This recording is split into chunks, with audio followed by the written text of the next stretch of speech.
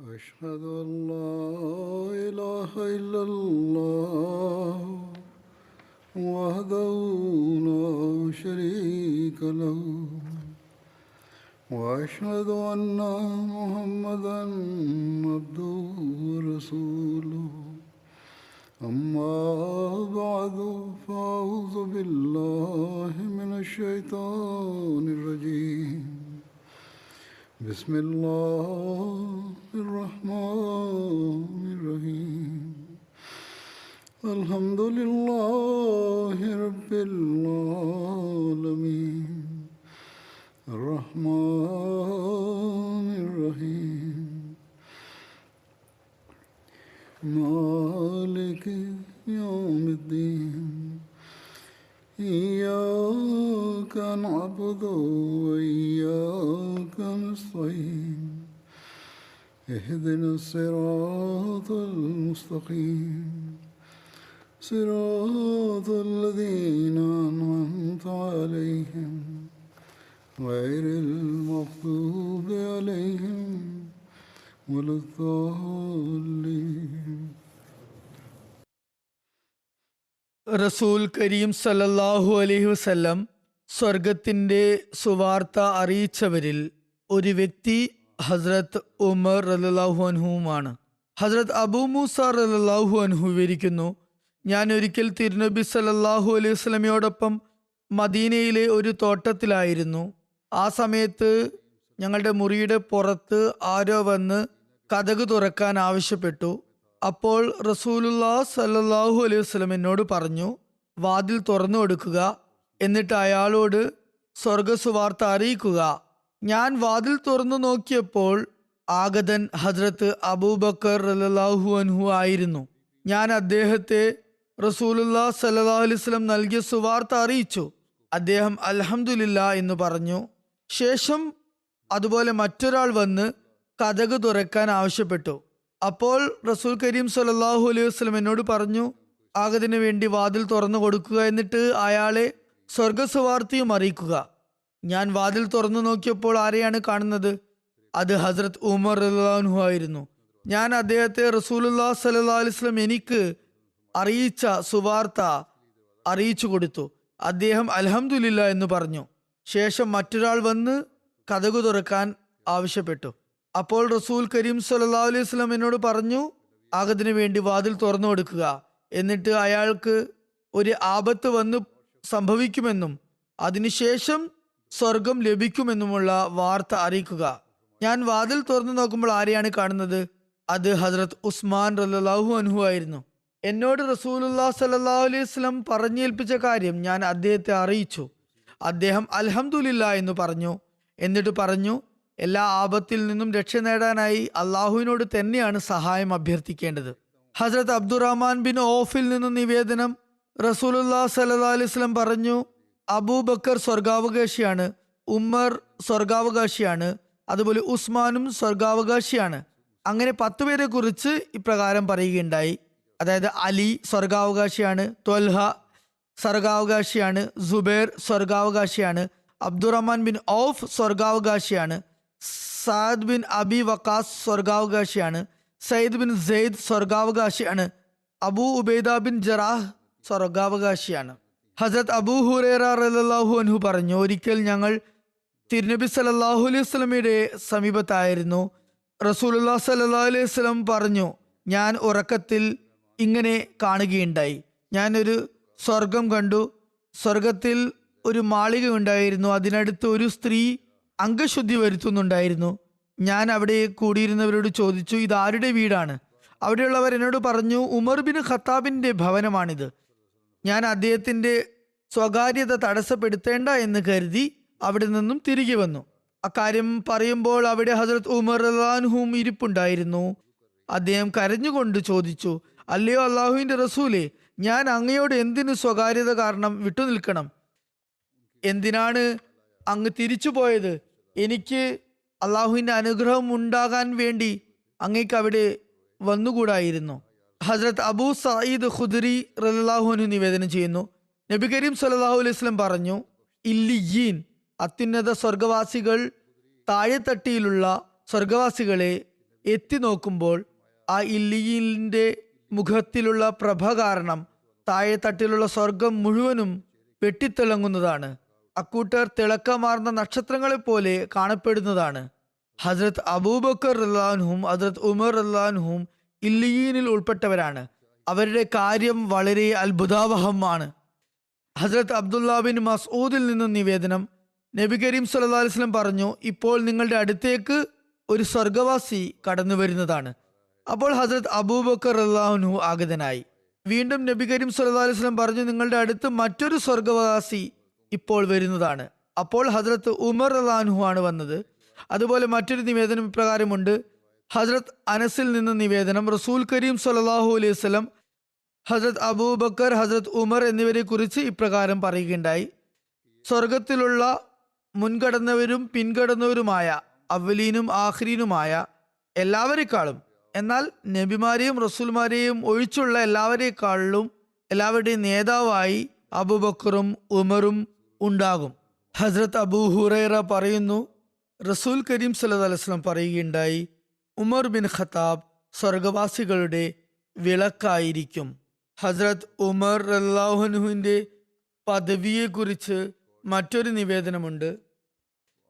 റസൂൽ കരീം സല്ലല്ലാഹു അലൈഹി വസല്ലം ഇപ്രകാരം പറഞ്ഞതായി ഹസ്രത്ത് അക്വ ബിൻ ആമിർ നിവേദനം ചെയ്യുന്നു: എനിക്ക് ശേഷം ഒരു നബി ഉണ്ടായിരുന്നെങ്കിൽ അത് തീർച്ചയായും ഉമർ ബിൻ ഖത്താബ് ആയിരിക്കും. ഇവിടെ തിരുനബി സല്ലല്ലാഹു അലൈഹി വസല്ലമയ്ക്ക് തൊട്ടു ശേഷം നബിയായി നിയോഗിതനാകുന്ന വ്യക്തിയുടെ കാര്യമാണ് പറഞ്ഞിട്ടുള്ളത്. അല്ലാതെ വരാനിരിക്കുന്ന മസീഹും മഹദിയുമായ വ്യക്തിയെക്കുറിച്ച് സ്പഷ്ടമായ വാക്കുകളിൽ നബിയുള്ള എന്ന് റസൂലുള്ളാഹി സ്വല്ലല്ലാഹു അലൈഹി വസല്ലം സ്വയം തന്നെ പറഞ്ഞിട്ടുണ്ട്. ഹസ്രത്ത് ഉമറിനെ റസൂലുള്ളാഹി സ്വല്ലല്ലാഹു അലൈഹി വസല്ലം മുഹദ്ദസ് എന്ന് വിളിച്ചത് സംബന്ധിച്ച് ആണ് ഇനി പറയുന്നത്. തൽസംബന്ധമായി ഹസ്രത്ത് ആയിഷ റളിയല്ലാഹു അൻഹ നിവേദനം ചെയ്യുന്നു, റസൂൽ കരീം സല്ലല്ലാഹു അലൈഹി വസല്ലം ഇപ്രകാരം പറയുകയുണ്ടായി: നിശ്ചയമായും മുൻ സമുദായങ്ങളിൽ മുഹദ്ദസുമാർ ഉണ്ടായിരുന്നു. എൻ്റെ ഉമ്മത്തിലെ മുഹദ്ദസ് ഉമറാണ്. ഹസ്രത്ത് അബൂ ഹുറൈറ റളിയല്ലാഹു അൻഹു നിവേദനം ചെയ്യുന്നു, റസൂലുള്ളാഹി സ്വല്ലല്ലാഹു അലൈഹി വസല്ലം പറയുകയുണ്ടായി, എനിക്ക് മുമ്പുള്ള സമുദായങ്ങളിലും മുഹദ്ദസുകളായ വ്യക്തികൾ ഉണ്ടായിട്ടുണ്ട്. അപ്രകാരം എൻ്റെ ഉമ്മത്തിലുള്ള മുഹദ്ദസ് ഉമറാണ്. മുഹദ്ദസ് എന്ന് പറയുന്നത് നിരന്തരം ഇൽഹാമുകളും കഷ്ഫും, അതായത് വെളിപാടുകളും ജാഗ്രതാ ദർശനങ്ങളും ലഭിക്കുന്ന വ്യക്തിയെയാണ്. തുടർന്ന് പറയുന്നു, നിങ്ങൾക്ക് മുമ്പുണ്ടായ ഇസ്രായേൽ സന്തതികളിൽ ചിലരോട് അവർ പ്രവാചകന്മാർ അല്ലായിരുന്നിട്ട് കൂടി അള്ളാഹു സംഭാഷണം നടത്തുമായിരുന്നു. എൻ്റെ സമുദായത്തിൽ അങ്ങനെയുള്ള ഒരു വ്യക്തി ഉമറാണ്. ഹസ്രത്ത് മസീഹ് മൗഊദ് അലൈഹി ഇസ്ലാം പറയുന്നു, അള്ളാഹു എപ്പോഴും ആലങ്കാരിക ഭാഷയാണ് ഉപയോഗിക്കുന്നത്, ഉപമാരൂപത്തിലാണ് സംസാരിക്കുന്നത്. പ്രകൃതം, സവിശേഷത, കഴിവ് എന്നിവയുടെ അടിസ്ഥാനത്തിൽ അവൻ ഒരാൾക്ക് മറ്റൊരാളുടെ പേര് നൽകാറുണ്ട്. ഇബ്രാഹിമിൻ്റെത് പോലുള്ള മനസ്സുള്ള വ്യക്തിയെ അള്ളാഹു ഇബ്രാഹിം എന്ന് പറയുന്നു. ഉമർ ഫാറൂഖിന് സമാന ഹൃദയമുള്ള വ്യക്തി, അവന് ഉമർ ഫാറൂഖ് ആണ്. ഈ ഉമ്മത്തിൽ അള്ളാഹു സംസാരിക്കുന്ന വ്യക്തി, അതായത് ഒരു മുഹദ്ദസ് ഉണ്ടെങ്കിൽ അത് ഉമർ ആയിരിക്കുമെന്ന് ഹദീസിൽ നിങ്ങൾ വായിച്ചിട്ടില്ലേ? എന്നാൽ ഹസ്രത്ത് ഉമറിൽ മുഹദ്ദസിയത്ത് അവസാനിച്ചു എന്നാണോ ആ ഹദീസിന്റെ വിവക്ഷ? ഒരിക്കലുമല്ല. അതിന്റെ അർത്ഥം ഇപ്രകാരമാണ്: ഹസ്രത്ത് ഉമറിന്റെ ആത്മീയാവസ്ഥയ്ക്ക് സമാനമായ ആത്മീയാവസ്ഥ നേടുന്ന ഒരു വ്യക്തി ആവശ്യം നേടുന്ന സമയത്ത് മുഹദ്ദസായി മാറുന്നതാണ്. അദ്ദേഹം തുടർന്ന് എഴുതുന്നു, ഇത് സംബന്ധിച്ച് എനിക്കും ഒരിക്കൽ ഇങ്ങനെ ഇൽഹാം ഉണ്ടായി. ഫീക മാദ്ദത്തുൻ ഫാറൂഖിയ. ആ ഇൽഹാമിന്റെ പൂർണ്ണ രൂപം ഇതാണ്: അൻത മുഹദ്ദസുല്ല ഫീക മാദ്ദത്തുൻ ഫാറൂഖിയ. അതായത് നീ അള്ളാഹുവിന്റെ മുഹദ്ദസ് ആണ്, അള്ളാഹു സംസാരിക്കുന്നവനാണ്, നിന്നിൽ ഫാറൂഖി സിഫത്ത് കുടികൊള്ളുന്നു, ഫാറൂഖിന്റെ ഗുണവിശേഷമുണ്ട്. ഹസ്രത്ത് ഉമർ റളിയല്ലാഹു അൻഹു ഖുർആൻ സംരക്ഷിക്കാനും ക്രോഡീകരിക്കാനുമുള്ള അഭിപ്രായം ഹസ്രത്ത് അബൂബക്കറിന് മുമ്പാകെ വെച്ചതായി മുൻ ഖുതുബകളിൽ ഞാൻ വിവരിച്ചിരുന്നു. ഇവിടെയും അത് സംബന്ധമായി ചില കാര്യങ്ങൾ മാത്രം പറയുന്നതാണ്. ഹസ്രത്ത് അബൂബക്കറിന്റെ ഖിലാഫത്ത് കാലഘട്ടത്തിൽ യമാമ യുദ്ധം നടന്നപ്പോൾ 70 ഖുർആൻ ഹാഫിദീങ്ങൾ, ഖുർആൻ മനഃപ്പാടമാക്കിയവർ ഷഹീദാകുകയുണ്ടായി. അക്കാര്യത്തെക്കുറിച്ച് ഹസ്രത്ത് സെയ്ദ് ബിൻ സാബിദ് അൻസാരി റളിയല്ലാഹു അൻഹു നിവേദനം ചെയ്യുന്നു, യമാമ യുദ്ധത്തിൽ യമാമക്കാരായ മുസ്ലിങ്ങൾ ഷഹീദായപ്പോൾ ഹസ്രത്ത് അബൂബക്കർ എന്നെ വിളിപ്പിച്ചു. ആ സമയത്ത് അദ്ദേഹത്തോടൊപ്പം ഹസ്രത്ത് ഉമറും അവിടെ ഉണ്ടായിരുന്നു. ഹസ്രത്ത് അബൂബക്കർ എന്നോട് പറഞ്ഞു, ഉമർ എൻ്റെ അടുത്ത് വന്നിട്ട് എന്നോട് ഇപ്രകാരം പറയുകയുണ്ടായി: യമാമ യുദ്ധത്തിൽ ഒരുപാട് പേർ ഷഹീദാവുകയുണ്ടായി. അതുപോലെ മറ്റു യുദ്ധങ്ങളിലും ഇതുപോലെ കുറെ കാരിമാർ, ഖുറാൻ ഹൃദയസ്ഥമാക്കിയവർ വധിക്കപ്പെട്ടാൽ ഖുറാന്റെ വലിയൊരു ഭാഗം നമുക്ക് നഷ്ടമാകാനുള്ള സാധ്യതയുണ്ട്. അതുകൊണ്ട് തന്നെ ഖുറാനെ ഒരിടത്ത് ഒരുമിച്ച് കൂട്ടണം. എന്റെ അഭിപ്രായത്തിൽ താങ്കൾ ഖുർആൻ ക്രോഡീകരിക്കുന്നതിനുള്ള ഏർപ്പാട് ചെയ്യണം. ശേഷം ഹസ്രത്ത് അബൂബക്കർ പറയുന്നു, ഹസ്രത്ത് ഉമറിന്റെ അഭിപ്രായം ഖുർആൻ ക്രോഡീകരിക്കണമെന്നാണ്. എന്നാൽ റസൂലുള്ളാഹി സ്വല്ലല്ലാഹു അലൈഹി വസല്ലം സ്വയം ഏറ്റെടുത്ത് ചെയ്യാത്ത ഒരു പ്രവൃത്തിയെ ഞാൻ എങ്ങനെ ചെയ്യാനാണ്? ഞാൻ എങ്ങനെ അതിന് തുടക്കം കുറിക്കും? ഉമർ അപ്പോൾ പറഞ്ഞു, അള്ളാഹു ആണ്, താങ്കൾ അങ്ങനെ ചെയ്യുകയാണെങ്കിൽ അത് വളരെ നല്ല കാര്യമായിരിക്കും. ഹസ്രത്ത് അബൂബക്കർ പറഞ്ഞു, ഉമർ എന്നോട് ഇക്കാര്യം പലതവണ പറഞ്ഞു. എത്രത്തോളം എന്നാൽ അള്ളാഹു എൻ്റെ ഹൃദയത്തിൽ അക്കാര്യത്തിന് വേണ്ടി ആഭിമുഖ്യമുണ്ടാക്കുകയും എൻ്റെ ഹൃദയം വിശാലമാക്കുകയും ചെയ്തിരിക്കുന്നു. ഉമർ ശരിയാണെന്ന് കരുതിയത് തന്നെയാണ് ഇപ്പോൾ എനിക്കും ഉചിതമായി തോന്നുന്നത്. അതായത് ഖുറാൻ ക്രോഡീകരിക്കേണ്ടതുണ്ട് എന്നാണ് എൻ്റെയും ഇപ്പോഴത്തെ അഭിപ്രായം. അങ്ങനെ സെയ്ദ് ബിൻ സാബിത്ത് ഖുറാൻ ക്രോഡീകരിക്കുന്ന പ്രവൃത്തികളിൽ ഏർപ്പെട്ടു. ഞാൻ പലതവണ അതിൻ്റെ വിശദാംശങ്ങൾ പറഞ്ഞിട്ടുള്ളതാണ്. ഇവിടെയും ചില കാര്യങ്ങൾ മാത്രം വിവരിക്കാം. ഹസ്രത്ത് ഉമറിന്റെ ഖുർആൻ മനഃപ്പാടമാക്കിയതിനെ കുറിച്ചുള്ള കാര്യം ഹസ്രത്ത് മുസ്ലിം മൗദ് റളിയല്ലാഹു അൻഹു ഇപ്രകാരം വിവരിക്കുന്നു.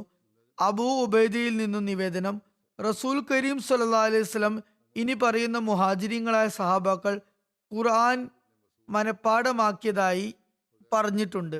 അവർ ഇപ്രകാരമാണ്: Abu Bakr, Umar, Usman, Ali, Talha, Saad bin Masood, Huzaifa, Salim, Abu Hurairah, Abdullah bin Saib, Abdullah bin Umar, Ubaidullah bin Abbas എന്നിവരാണവർ. മറ്റൊരു കാര്യം പറയപ്പെടുന്നത്, റസൂൽ കരീം സല്ലല്ലാഹു അലൈഹി വസല്ലമക്ക് മേൽ ഇറങ്ങിയ ചില വഹ്യികൾ, ചില വെളിപാടുകൾ ഹസ്രത്ത് ഉമർ റളിയല്ലാഹു അൻഹുവിന്റെ അഭിപ്രായങ്ങൾ അനുകൂലിച്ച് ഉള്ളവയായിരുന്നു. സിഹാഹ് സിത്തയിൽ സഹിഹായി കണക്കാക്കപ്പെടുന്ന 6 ഹദീസ് ഗ്രന്ഥങ്ങളിൽ ഇത് സംബന്ധിച്ചുള്ള നിവേദനങ്ങൾ രേഖപ്പെടുത്തിയിട്ടുണ്ട്. ഹസ്രത്ത് ഉമറുമായി യോജിച്ചുകൊണ്ടുള്ള ദൈവിക വെളിപാടുകൾ രേഖപ്പെടുത്തിയിട്ടുള്ള ഹദീസുകളിൽ നിന്ന് മനസ്സിലാകുന്നത്, പ്രഥമ ദൃഷ്ട്യാ 3 കാര്യങ്ങൾ ഇതുപോലെ ഉമറിന്റെ വാക്കുകളോട് ദൈവിക വചനങ്ങൾ അനുകൂലിച്ച നിലയിൽ ഇറങ്ങിയിട്ടുണ്ട്. എന്നാൽ സിഹാഹു സിത്തയിലെ ഈ നിവേദനങ്ങളെയൊക്കെ ഒരുമിച്ച് കൂട്ടിയാൽ, അവയെ ഓരോന്നും വേർതിരിച്ചാൽ ആകെ 7 എണ്ണം അങ്ങനെയുള്ളതായി കാണാം. സഹി ബുഖാരിയിൽ ഹസ്രത്ത് ഉമറിൽ നിന്നുമുള്ള ഒരു നിവേദനമുണ്ട്. ഹസ്രത്ത് ഉമർ പറയുന്നു, 3 കാര്യങ്ങളിൽ എൻ്റെ അഭിപ്രായത്തോട് അനുകൂലിച്ചുകൊണ്ട് ദൈവിക വിധി ഉണ്ടായി. ഞാൻ ഒരിക്കൽ റസൂലുള്ളാഹി സ്വല്ലല്ലാഹു അലൈഹി വസല്ലമയോട് ഇപ്രകാരം പറഞ്ഞു: അല്ലയോ റസൂലുള്ളാഹ്, മഖാമെ ഇബ്രാഹിമിനെ നമസ്കാര സ്ഥലമായി നമുക്ക് സ്വീകരിക്കാമോ? അങ്ങനെ ഞാൻ പറഞ്ഞപ്പോൾ തന്നെ വത്തഖിസു മിൻ മഖാമി ഇബ്രാഹിമ മുസല്ല എന്ന ആയത്ത് ഇറങ്ങി. അതുപോലെ റസൂലുള്ളാഹി സ്വല്ലല്ലാഹു അലൈഹി വസല്ലമയോട് നബി പത്നിമാരോട് പർദ്ദ ആചരിക്കാൻ വേണ്ടി നിർദ്ദേശിക്കണമെന്ന് ഞാൻ പറയുകയുണ്ടായി. കാരണം അവരോട് സംസാരിക്കാൻ വരുന്നവരിൽ സൽസ്വഭാവികളും അതുപോലെ ദുസ്വഭാവികളും നല്ലവരും ചീത്തവരും ഒക്കെ ഉണ്ടാകാം. അതിനുശേഷം പർദ്ദയുടെ ആയത്തിറങ്ങി. റസൂലുള്ളാഹി സ്വല്ലല്ലാഹു അലൈഹി വസല്ലമയുടെ ഭാര്യമാർ തിരുനബിയെ കുറിച്ച് അഭിപ്രായ ഭിന്നത വെച്ചു പുലർത്തിയപ്പോൾ, ഗൂഢാലോചന നടത്തിയപ്പോൾ ഹസ്രത്ത് ഉമർ റസൂലുള്ളാഹി സ്വല്ലല്ലാഹു അലൈഹി വസല്ലമയോട് ഇപ്രകാരം അഭിപ്രായപ്പെടുകയുണ്ടായി: അങ്ങനെ ചെയ്യുന്ന ഭാര്യമാരെ അങ്ങ് തലാക്ക് ചെയ്യുക. കാരണം അവരെക്കാൾ മികച്ച ഭാര്യമാരെ അള്ളാഹു താങ്കൾക്ക് നൽകുന്നതാണെന്ന് ഞാൻ അടിയുറച്ച് വിശ്വസിക്കുന്നു. ആ പറഞ്ഞ വിഭാഗത്തിൽ ഹസ്രത്ത് ഉമറിന്റെ മകൾ ഹഫ്സയും ഉണ്ടായിരുന്നു. ആ സമയത്ത് ഇങ്ങനെ ഒരു ആയത്തിറങ്ങി: ആസാ റബ്ബുഹു ഇൻ തല്ലഖകുന്ന അയ്യുബ്ദിലഹു അസ്വാജൻ ഖൈറൻ മിൻകുന്ന. അതായത്, തിരുനബി നിങ്ങളെ തലാക്ക് ചെയ്താൽ അള്ളാഹു തിരുനബിക്ക് നിങ്ങളെക്കാൾ മികച്ച ഭാര്യമാരെ നൽകുന്നതായിരിക്കും. സഹീ മുസ്ലിമിൽ ഒരു നിവേദനമുണ്ട്. ഹസ്രത്ത് ഇബ്നു ഉമർ പറയുന്നു, ഹസ്രത്ത് ഉമർ റളിയല്ലാഹു അൻഹു പറഞ്ഞു, 3 സന്ദർഭങ്ങളിൽ എൻ്റെ നാഥൻ എൻ്റെ വാക്കുകൾക്ക് അനുകൂലിച്ചു കൊണ്ടുള്ള കൽപ്പനകൾ ഇറക്കി. മഖാമി ഇബ്രാഹിമിനെ കുറിച്ച്, പർദ്ദയെക്കുറിച്ച്, അതുപോലെ ബദറിലെ യുദ്ധ തടവുകാരെ കുറിച്ച്. എന്നാൽ ബദറിലെ യുദ്ധ തടവുകാരെ കുറിച്ചുള്ള നിവേദനം ശരിയാണെന്ന് തോന്നുന്നില്ല. അത് സംബന്ധിച്ച് ഹസ്രത്ത് മുസ്ലിം മൗദ് റളിയല്ലാഹു അൻഹു വിശദമായി ചർച്ച ചെയ്തിട്ടുണ്ട്. ഹസ്രത്ത് മിർസ ബഷീർ അഹമ്മദ് സാഹിബും അങ്ങനെ തന്നെ എഴുതിയിട്ടുണ്ട്. ചില തെളിവുകൾ ഉദ്ധരിച്ചുകൊണ്ട് ബദറിലെ യുദ്ധത്തടവുകാർക്ക് ശിക്ഷ നൽകുന്നത് സംബന്ധിച്ച നിവേദനം ശരിയല്ലെന്ന് മുൻകാല പണ്ഡിതന്മാരും ഖുർആൻ വ്യാഖ്യാതാക്കളും എഴുതിയിട്ടുമുണ്ട്. ഇതേക്കുറിച്ചുള്ള വിശദാംശങ്ങൾ ഞാൻ മുമ്പൊരിക്കൽ ഒരു ഖുതുബയിൽ വിവരിച്ചിരുന്നു. ഹസ്രത്ത് ഉമർ മുനാഫിക്കീങ്ങളുടെ ജനാസ നമസ്കരിക്കരുത് എന്ന് തിരുനബിയോട് അഭിപ്രായപ്പെട്ടപ്പോൾ അതിനെ അനുകൂലിച്ചുള്ള ഖുർആൻ വെളിപാട് ഇറങ്ങിയതായി സഹീഹ് മുസ്ലിമിൽ വന്നിട്ടുണ്ട്. ഹസ്രത്ത് ഇബ്നു ഉമർ നിവേദനം ചെയ്യുന്നു, Abdullah bin Ubayy bin Salul മരിച്ചപ്പോൾ അയാളുടെ മകൻ അബ്ദുല്ല ബിൻ അബ്ദുല്ല റസൂലുള്ളാഹി സ്വല്ലല്ലാഹു അലൈഹി വസല്ലമയുടെ സമക്ഷം ഹാജരാകുകയും തിരുനബിയുടെ വസ്ത്രം തന്റെ പിതാവിന് കഫൻ പുതപ്പിക്കാൻ നൽകണമെന്ന് അഭ്യർത്ഥിക്കുകയും ചെയ്തു. അപ്പോൾ തിരുനബി സല്ലല്ലാഹു അലൈഹി വസല്ലം തന്റെ വസ്ത്രം അവന് നൽകി. അതിനുശേഷം അവൻ റസൂലുള്ളാഹി സ്വല്ലല്ലാഹു അലൈഹി വസല്ലമയോട് തന്റെ പിതാവിന്റെ ജനാസ നമസ്കരിപ്പിക്കണമെന്നും അപേക്ഷിച്ചു. അപ്പോൾ അയാളുടെ ജനാസ നമസ്കരിപ്പിക്കാൻ റസൂലുള്ളാഹി സ്വല്ലല്ലാഹു അലൈഹി വസല്ലം പോകുകയുണ്ടായി. ആ സമയത്ത് ഹസ്രത്ത് ഉമർ അങ്ങോട്ടേക്ക് വന്നു. എന്നിട്ട് റസൂലുള്ളാഹി സ്വല്ലല്ലാഹു അലൈഹി വസല്ലമയുടെ വസ്ത്രം പിടിച്ചു വെച്ചു. എന്നിട്ട് പറഞ്ഞു, അല്ലയോ റസൂലുള്ളാഹ്, അള്ളാഹു അങ്ങയോട് അയാളുടെ ജനാസ നമസ്കരിപ്പിക്കരുതെന്ന് വിലക്കിയിട്ടില്ലേ? എന്നിട്ടും അങ്ങ് അയാളുടെ ജനാസ നമസ്കരിപ്പിക്കാനാണോ പോകുന്നത്? ആ സമയത്ത് റസൂലുള്ളാഹി സ്വല്ലല്ലാഹു അലൈഹി വസല്ലം പറഞ്ഞു, അള്ളാഹു എനിക്ക് ആ കാര്യത്തിൽ സ്വാതന്ത്ര്യം നൽകിയിട്ടുണ്ട്. പറഞ്ഞു, ഇസ്തഗ്ഫിർ ലഹും ഔ ലാ തസ്തഗ്ഫിർ ലഹും. അതായത് നീ അവർക്ക് വേണ്ടി ഇസ്തിഗ്ഫാർ ചെയ്യുകയോ ചെയ്യാതിരിക്കുകയോ ചെയ്യാം, അത് സമമാണ്. നീ അവർക്ക് വേണ്ടി 70 തവണ ഇസ്തിഗ്ഫാർ ചെയ്താലും അത് ഫലം ചെയ്യുകയില്ല. റസൂലുള്ളാഹി സ്വല്ലല്ലാഹു അലൈഹി വസല്ലം പറഞ്ഞു, അങ്ങനെയാണെങ്കിൽ ഞാൻ 70-ലധികം തവണ ഇസ്തിഗ്ഫാർ ചെയ്യുന്നതാണ്.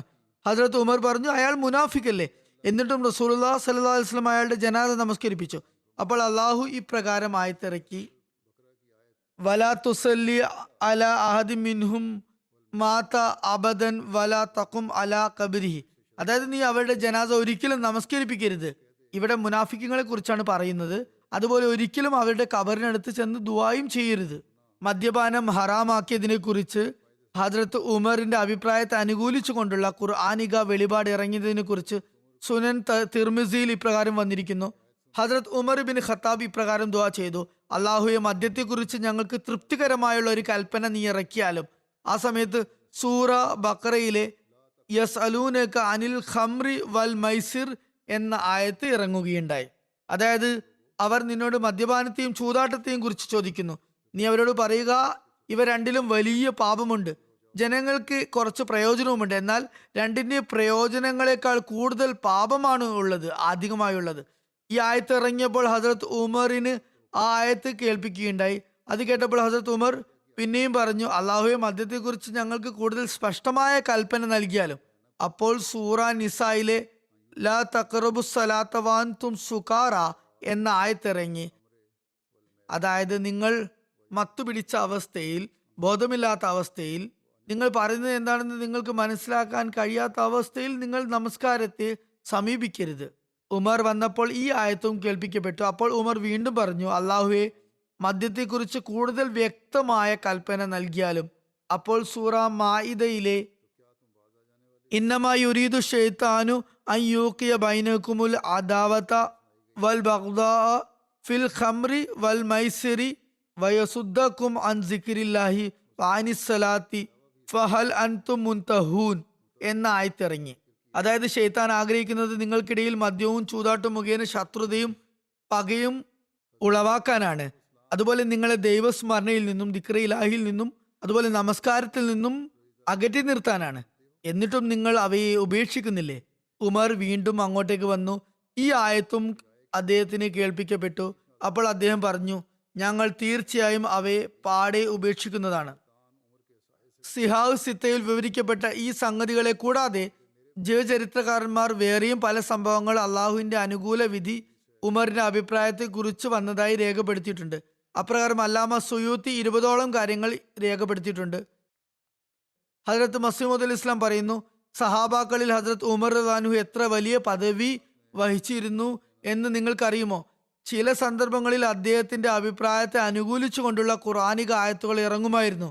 മാത്രമല്ല, ഒരു ഹദീസിൽ വന്നിട്ടുള്ളത് ഷെയ്ത്താൻ ഉമറിന്റെ നിഴൽ കണ്ടാൽ ഓടിയകലുമെന്നാണ്. മറ്റൊരു ഹദീസിലുള്ളത് തിരുനബി സല്ലല്ലാഹു അലൈഹി വസല്ലം പറയുകയുണ്ടായി, എനിക്ക് ശേഷം ഒരു നബി ഉണ്ടെങ്കിൽ അത് ഉമർ തന്നെയായിരിക്കും. മൂന്നാമത്തെ ഹദീസ് ഉള്ളത്, മുൻ സമുദായങ്ങളിലും മുഹദ്ദസ് അഥവാ ദൈവഭാഷണം സിദ്ധിച്ചവർ ഉണ്ടായിരുന്നു, എന്നാൽ എൻ്റെ ഉമ്മത്തിൽ അങ്ങനെ ഒരു മുഹദ്ദസ് ഉണ്ടെങ്കിൽ അത് ഉമർ തന്നെയായിരിക്കും. ഹജറത് ഉമറിന്റെ യുദ്ധസംബന്ധമായ അഭിപ്രായങ്ങളെയും അവയെ റസൂൽ കരീം സല്ലല്ലാഹു അലൈഹി വസല്ലം അംഗീകരിച്ചതിനെയും കുറിച്ചും നിവേദനങ്ങൾ ലഭിക്കുന്നുണ്ട്.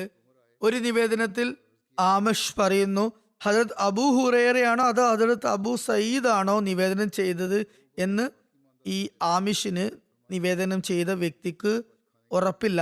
എന്തായാലും പറയുന്നു, തബൂക്ക് യുദ്ധം നടക്കുന്ന അവസരമായിരുന്നു. മുസ്ലിങ്ങൾക്ക് വിശപ്പിന്റെ കാഠിന്യം നേരിട്ടു. അവർ പറഞ്ഞു, അല്ലയോ റസൂലുള്ള, അങ്ങ് അനുമതി തരികയാണെങ്കിൽ വെള്ളം കൊണ്ടുവരാൻ ഉപയോഗിക്കുന്ന ഒട്ടകത്തെ ഞങ്ങൾ അറുക്കട്ടെ, അതിന്റെ ഇറച്ചി തിന്നുകയും അതിന്റെ നെയ്യ് ഉപയോഗിക്കുകയും ചെയ്തു കൊള്ളട്ടെ. തിരുനബി സല്ലല്ലാഹു അലൈഹി വസല്ലം അങ്ങനെ ചെയ്തു കൊള്ളാൻ അനുമതി നൽകി.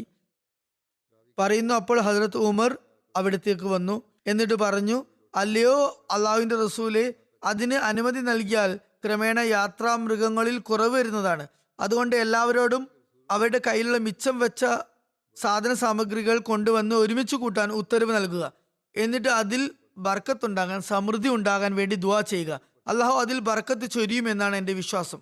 റസൂലുള്ളാഹി സ്വല്ലല്ലാഹു അലൈഹി വസല്ലം അപ്പോൾ പറഞ്ഞു, ശരി, അതാണ് ശരി, അങ്ങനെ ചെയ്യാം. നിവേദകൻ പറയുന്നു, റസൂൽ കരീം സ്വല്ലല്ലാഹു അലൈഹി വസല്ലം ഒരു തോലിന്റെ ഭക്ഷണവിരി വരുത്തിച്ചു. എന്നിട്ട് അവിടെ വിരിച്ചു. എല്ലാവരോടും തങ്ങളുടെ പക്കൽ അവശേഷിക്കുന്ന ഭക്ഷണ സാധനങ്ങളൊക്കെ അങ്ങോട്ട് കൊണ്ടുവരാൻ പറഞ്ഞു. നിവേദകൻ പറയുന്നു, ചിലർ ഒരു പിടി ചോളമാണ് കൊണ്ടുവന്നതെങ്കിൽ ചിലർ ഒരു പിടി ഈത്തപ്പഴം കൊണ്ടുവന്നു, ചിലർ കുറച്ച് റൊട്ടി കഷ്ണങ്ങൾ കൊണ്ടുവന്നു, മറ്റ് സാധനങ്ങൾ കൊണ്ടുവന്നു. അങ്ങനെ അവിടെ കുറച്ച് സാധനങ്ങൾ ചൊരുക്കൂട്ടാൻ അവർക്കായി. നിവേദകൻ പറയുന്നു, റസൂലുള്ളാഹി സ്വല്ലല്ലാഹു അലൈഹി വസല്ലം അവയിൽ ബർക്കത്ത് ഉണ്ടാകുന്നതിന് വേണ്ടി ദുആ ചെയ്തു. അതിനുശേഷം എല്ലാവരോടും തങ്ങളുടെ പാത്രങ്ങളിൽ വേണ്ടത്ര ഭക്ഷണ സാധനങ്ങൾ എടുത്തുകൊള്ളാൻ ആവശ്യപ്പെട്ടു. അവരെല്ലാവരും തങ്ങളുടെ പാത്രങ്ങളിൽ സാധനങ്ങൾ നിറക്കാൻ തുടങ്ങി. ആ സൈന്യത്തിന്റെ കൂടെയുണ്ടായ എല്ലാ പാത്രങ്ങളും അവർ അങ്ങനെ നിറച്ചു. എന്നിട്ട് എല്ലാവരും വയറ് നിറയുവോളം കഴിച്ചു. അതിൽ നിന്നും കുറച്ച് മിച്ചവും വന്നു. അപ്പോൾ റസൂലുള്ളാഹി സ്വല്ലല്ലാഹു അലൈഹി വസല്ലം പറഞ്ഞു, അള്ളാഹു അല്ലാതെ മറ്റൊരു ആരാധ്യനുമില്ലെന്നും ഞാൻ അള്ളാഹുവിന്റെ പ്രവാചകനാണെന്നും ദൂതനാണെന്നും ഞാൻ ഇവിടെ സാക്ഷ്യം വഹിക്കുന്നു. ആരാണോ ഈ രണ്ട് സാക്ഷ്യങ്ങളും യാതൊരു സംശയവും കൂടാതെ പൂർണ്ണ വിശ്വാസത്തോടെ ഈ സാക്ഷ്യങ്ങൾ വഹിച്ച നിലയിൽ അള്ളാഹുവിനെ കാണുന്നത്, അവനെ സ്വർഗത്തിൽ നിന്നും തടയാൻ ഒരു സംഗതിക്കുമാകുകയില്ല. ഇത് മുസ്ലിമിലെ നിവേദനമാണ്. ബുഖാരിയിൽ ഈ നിവേദനം ഇപ്രകാരം വന്നിരിക്കുന്നു. യസീദ് ബിൻ അബു ഉബൈദ് ഹദരത്ത് സൽമ ബിൻ അഖ്വ റളിയല്ലാഹു അൻഹുവിൽ നിന്നും നിവേദനം ചെയ്യുന്നു. അദ്ദേഹം പറഞ്ഞു, ഒരു യാത്രയിൽ മുസ്ലിങ്ങളുടെ പാഥേയത്തിൽ കുറവ് വന്നു. അവരുടെ പക്കൽ ഭക്ഷണം ഒന്നും ബാക്കി വന്നില്ല. അവർ നബി സല്ലല്ലാഹു അലൈഹി വസല്ലമയുടെ അടുത്ത് ചെന്ന് ഒട്ടകങ്ങളെ അറുക്കാനുള്ള അനുമതി ചോദിച്ചു. തിരുനബി സല്ലല്ലാഹു അലൈഹി വസല്ലം അവർക്ക് അനുമതി നൽകി. ശേഷം ഹദരത്ത് ഉമർ അവരെ കാണാനിടയായി. അവർ അക്കാര്യം ഹദരത്ത് ഉമറിനോട് പറഞ്ഞു. അപ്പോൾ ഹദരത്ത് ഉമർ ചോദിച്ചു, നിങ്ങളുടെ ഒട്ടകങ്ങൾ ഇല്ലാതായാൽ പിന്നെ നിങ്ങൾക്ക് എങ്ങനെയാണ് കഴിച്ചുകൂടാനാകുക? അതും പറഞ്ഞ് ഹദരത്ത് നബി സല്ലല്ലാഹു അലൈഹി വസല്ലം അടുത്ത് വന്നു. എന്നിട്ട് പറഞ്ഞു, അല്ലയോ റസൂലുള്ളാഹ്, ഒട്ടകങ്ങൾ ഇല്ലാതായാൽ പിന്നെ ഇവരെന്തു ചെയ്യും? അപ്പോൾ റസൂലുള്ളാഹി സ്വല്ലല്ലാഹു അലൈഹി വസല്ലം പറഞ്ഞു, എല്ലാവരും തങ്ങളുടെ പക്കൽ അവശേഷിച്ച ഭക്ഷണ വസ്തുക്കൾ കൊണ്ടുവരാനായി വിളംബരം ചെയ്യുക. ശേഷം റസൂലുള്ളാഹി സ്വല്ലല്ലാഹു അലൈഹി വസല്ലം അവയിൽ ബർക്കത്ത് ഉണ്ടാകാൻ ദുആ ചെയ്തു. തുടർന്ന് എല്ലാവരോടും തങ്ങളുടെ പാത്രങ്ങൾ കൊണ്ടുവരാൻ പറഞ്ഞു. എല്ലാവരും തങ്ങളുടെ പാത്രങ്ങൾ ഭക്ഷണ സാധനങ്ങൾ കൊണ്ട് നിറച്ചു. അവരെല്ലാവരും വയറ് നിറച്ച് ഭക്ഷണം കഴിച്ചതിന് ശേഷം റസൂലുള്ളാഹി സ്വല്ലല്ലാഹു അലൈഹി വസല്ലം പറഞ്ഞു, അള്ളാഹു അല്ലാതെ മറ്റാരാധ്യനുമില്ലെന്നും ഞാൻ അള്ളാഹുവിന്റെ റസൂലാണെന്നും ഞാനിതാ ഇവിടെ സാക്ഷ്യം വഹിക്കുന്നു. ബാങ്ക് വിളി തുടങ്ങിയതിനെ കുറിച്ചും അത് സംബന്ധിച്ച് ഹദരത്ത് ഉമർ റളിയല്ലാഹു അൻഹു സ്വപ്നം കണ്ടതിനെ കുറിച്ചും ഹദരത്ത് മുസ്ലിം മൗദ് റളിയല്ലാഹു അൻഹു ഇപ്രകാരം വിവരിക്കുന്നു. അള്ളാഹുവിന്റെ വഹി സഹാബാക്കളിലും ഇറങ്ങിയിട്ടുണ്ട്. റസൂൽ കരീം സല്ലല്ലാഹു അലൈഹി വസല്ലമയുടെ കാലഘട്ടത്തിൽ അബ്ദുല്ലാ ബിൻ സെയ്ദ് എന്നൊരു സഹാബി ഉണ്ടായിരുന്നു. അള്ളാഹു വഹി മുഖേന അദ്ദേഹത്തിനെ ബാങ്കിന്റെ വചനങ്ങൾ പഠിപ്പിച്ചു. റസൂൽ കരീം സല്ലല്ലാഹു അലൈഹി വസല്ലം ആ വചനങ്ങളുടെ അടിസ്ഥാനത്തിൽ, ആ സ്വപ്നത്തിന്റെ അടിസ്ഥാനത്തിൽ മുസ്ലിങ്ങൾക്കിടയിൽ ബാങ്ക് കൊടുക്കുന്ന പതിവ് ഉണ്ടാക്കി. പിന്നീട് അക്കാര്യത്തെ ഖുറാനിക വെളിപാടും സാക്ഷ്യപ്പെടുത്തി. ഹദരത്ത് ഉമർ റളിയല്ലാഹു അൻഹു പറയുന്നു, അള്ളാഹു എനിക്കും ബാങ്കിന്റെ വചനങ്ങൾ അതേപടി പഠിപ്പിച്ചു തരികയുണ്ടായി. എന്നാൽ 20 ദിവസങ്ങളോളം ഞാൻ അതേക്കുറിച്ച് മൗനം പാലിച്ചു. കാരണം മറ്റൊരു വ്യക്തി അതേക്കുറിച്ച് റസൂൽ കരീം സ്വല്ലല്ലാഹു അലൈഹി വസല്ലമയോട് വിവരിച്ച് കഴിഞ്ഞിരുന്നു. ഒരു നിവേദനത്തിൽ ഇപ്രകാരം വന്നിരിക്കുന്നു, ഒരു മലക്ക് വന്ന് എനിക്ക് ബാങ്കിന്റെ വചനങ്ങൾ പഠിപ്പിച്ചു. ഞാൻ ആ സമയത്ത് പൂർണ്ണമായും ഉറക്കമായിരുന്നില്ല, അർദ്ധനിദ്രയിലായിരുന്നു. ഹദരത്ത് ഉമറിന്റെ വാക്കുകളാണിത്. സുനൻ തിർമിദിയിൽ ഒരു നിവേദനമുണ്ട്. ഇത് ഞാൻ മുമ്പേയും വിവരിച്ചതാണ്, എന്നാൽ ഇവിടെയും വിവരിക്കാം. അതിന്റെ അവസാന ഭാഗത്ത് റസൂലുള്ളാഹി സ്വല്ലല്ലാഹു അലൈഹി വസല്ലമയ്ക്ക് ഹദരത്ത് ഉമറിന്റെ സ്വപ്നം എത്രത്തോളം പ്രാധാന്യം അറിയിക്കുന്നതായിരുന്നു എന്ന് വന്നിട്ടുണ്ട്. Muhammad bin Abdullah bin Zaid തന്റെ പിതാവിൽ നിന്നും നിവേദനം ചെയ്യുന്നു, ഞങ്ങൾ സുബഹി നേരത്ത് റസൂലുള്ളാഹി സ്വല്ലല്ലാഹു അലൈഹി വസല്ലമയുടെ അടുത്ത് വന്നു. ഞാൻ ഈ സ്വപ്നം തിരുനബിയെ കേൾപ്പിച്ചു. അപ്പോൾ തിരുനബി പറഞ്ഞു, നിശ്ചയമായും ഇത് ഒരു സത്യസ്വപ്നമാണ്. നീ ബിലാലിന്റെ അടുത്തേക്ക് പോകുക. അദ്ദേഹം ഉയർന്ന ശബ്ദത്തിനുടമയാണ്. നീ അദ്ദേഹത്തോട് ഈ വചനങ്ങൾ പറഞ്ഞു കൊടുക്കുക. അദ്ദേഹം ഇത് ഉറക്കെ ഏറ്റു ചൊല്ലുന്നതാണ്. അബ്ദുള്ള ബിൻ സെയ്ദ് പറയുന്നു, ഹജരത് ബിലാലിന്റെ ബാങ്കുളി കേട്ടപ്പോൾ ഹജരത് ഉമർ ബിൻ ഖത്താബ് തന്റെ ചാദർ മേൽപുതപ്പ് വലിച്ചഴിച്ചു കൊണ്ടുവന്ന് പെട്ടെന്ന് തന്നെ റസൂലുള്ളാഹി സ്വല്ലല്ലാഹു അലൈഹി വസല്ലമയുടെ അടുത്തേക്ക് ഓടി വന്നു. എന്നിട്ട് പറഞ്ഞു, താങ്കളെ സത്യത്തോടെ അയച്ച അസ്തിത്വത്തെ, അതായത് അള്ളാഹുവിനെ തൊട്ട് സത്യം, അല്ലയോ റസൂലുള്ളാഹി, ഈ ബാങ്കിൽ പറഞ്ഞ എല്ലാ വചനങ്ങളും അതേപടി ഞാൻ സ്വപ്നത്തിൽ കണ്ടിരുന്നു. നിവേദകൻ പറയുന്നു, അപ്പോൾ റസൂൽ കരീം സ്വല്ലല്ലാഹു അലൈഹി വസല്ലം പറഞ്ഞു, അള്ളാഹുവിനാണ് സർവസ്തുതിയും. ഇക്കാര്യം ഇപ്പോൾ കൂടുതൽ ദൃഢമായിരിക്കുന്നു, അതായത് ഇതിന് കൂടുതൽ സാക്ഷ്യം ലഭിച്ചിരിക്കുന്നു. ഹജരത് ഉമർ റളിയല്ലാഹു റസൂൽ കരീം സ്വല്ലല്ലാഹു അലൈഹി വസല്ലം ഇപ്രകാരമായിരുന്നു റസൂൽ കരീം സ്വല്ലല്ലാഹു അലൈഹി വസല്ലമിന് എപ്രകാരമായിരുന്നു ബഹുമാനാദരങ്ങൾ നൽകിയിരുന്നത്. അതുപോലെ ഹജരത്ത് ഉമറിന്റെ റസൂൽ കരീം സ്വല്ലല്ലാഹു അലൈഹി വസല്ലമയുടെ സമക്ഷം എന്ത് സ്ഥാനമാനങ്ങളാണ് ഉണ്ടായിരുന്നത്, റസൂൽ കരീം സ്വല്ലല്ലാഹു അലൈഹി വസല്ലമിന്റെ അദ്ദേഹത്തെക്കുറിച്ചുള്ള അഭിപ്രായങ്ങൾ എന്തായിരുന്നു എന്നിവയെക്കുറിച്ചൊക്കെ നമുക്ക് നിവേദനങ്ങളിൽ നിന്നും ലഭിക്കുന്നുണ്ട്.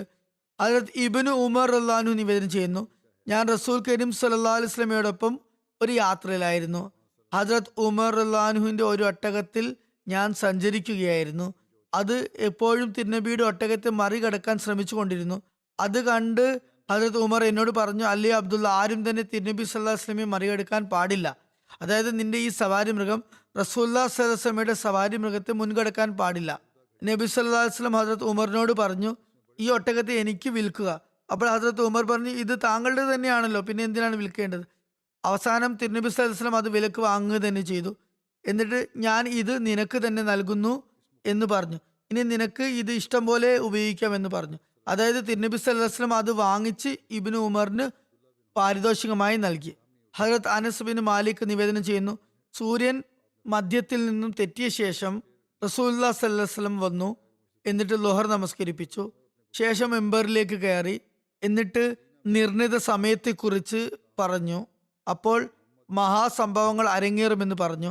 എന്നിട്ട് എന്നോട് ആർക്കെങ്കിലും എന്തെങ്കിലും ചോദിക്കാനുണ്ടെങ്കിൽ ഇപ്പോൾ ഞാനിവിടെ ഉണ്ട്, എൻ്റെ ഈ സ്ഥാനത്ത് ഞാൻ ഉള്ളിടത്തോളം കാലം നിങ്ങൾ ചോദിക്കുന്നതിന് ഞാൻ മറുപടി തരുന്നതായിരിക്കുമെന്ന് പറഞ്ഞു.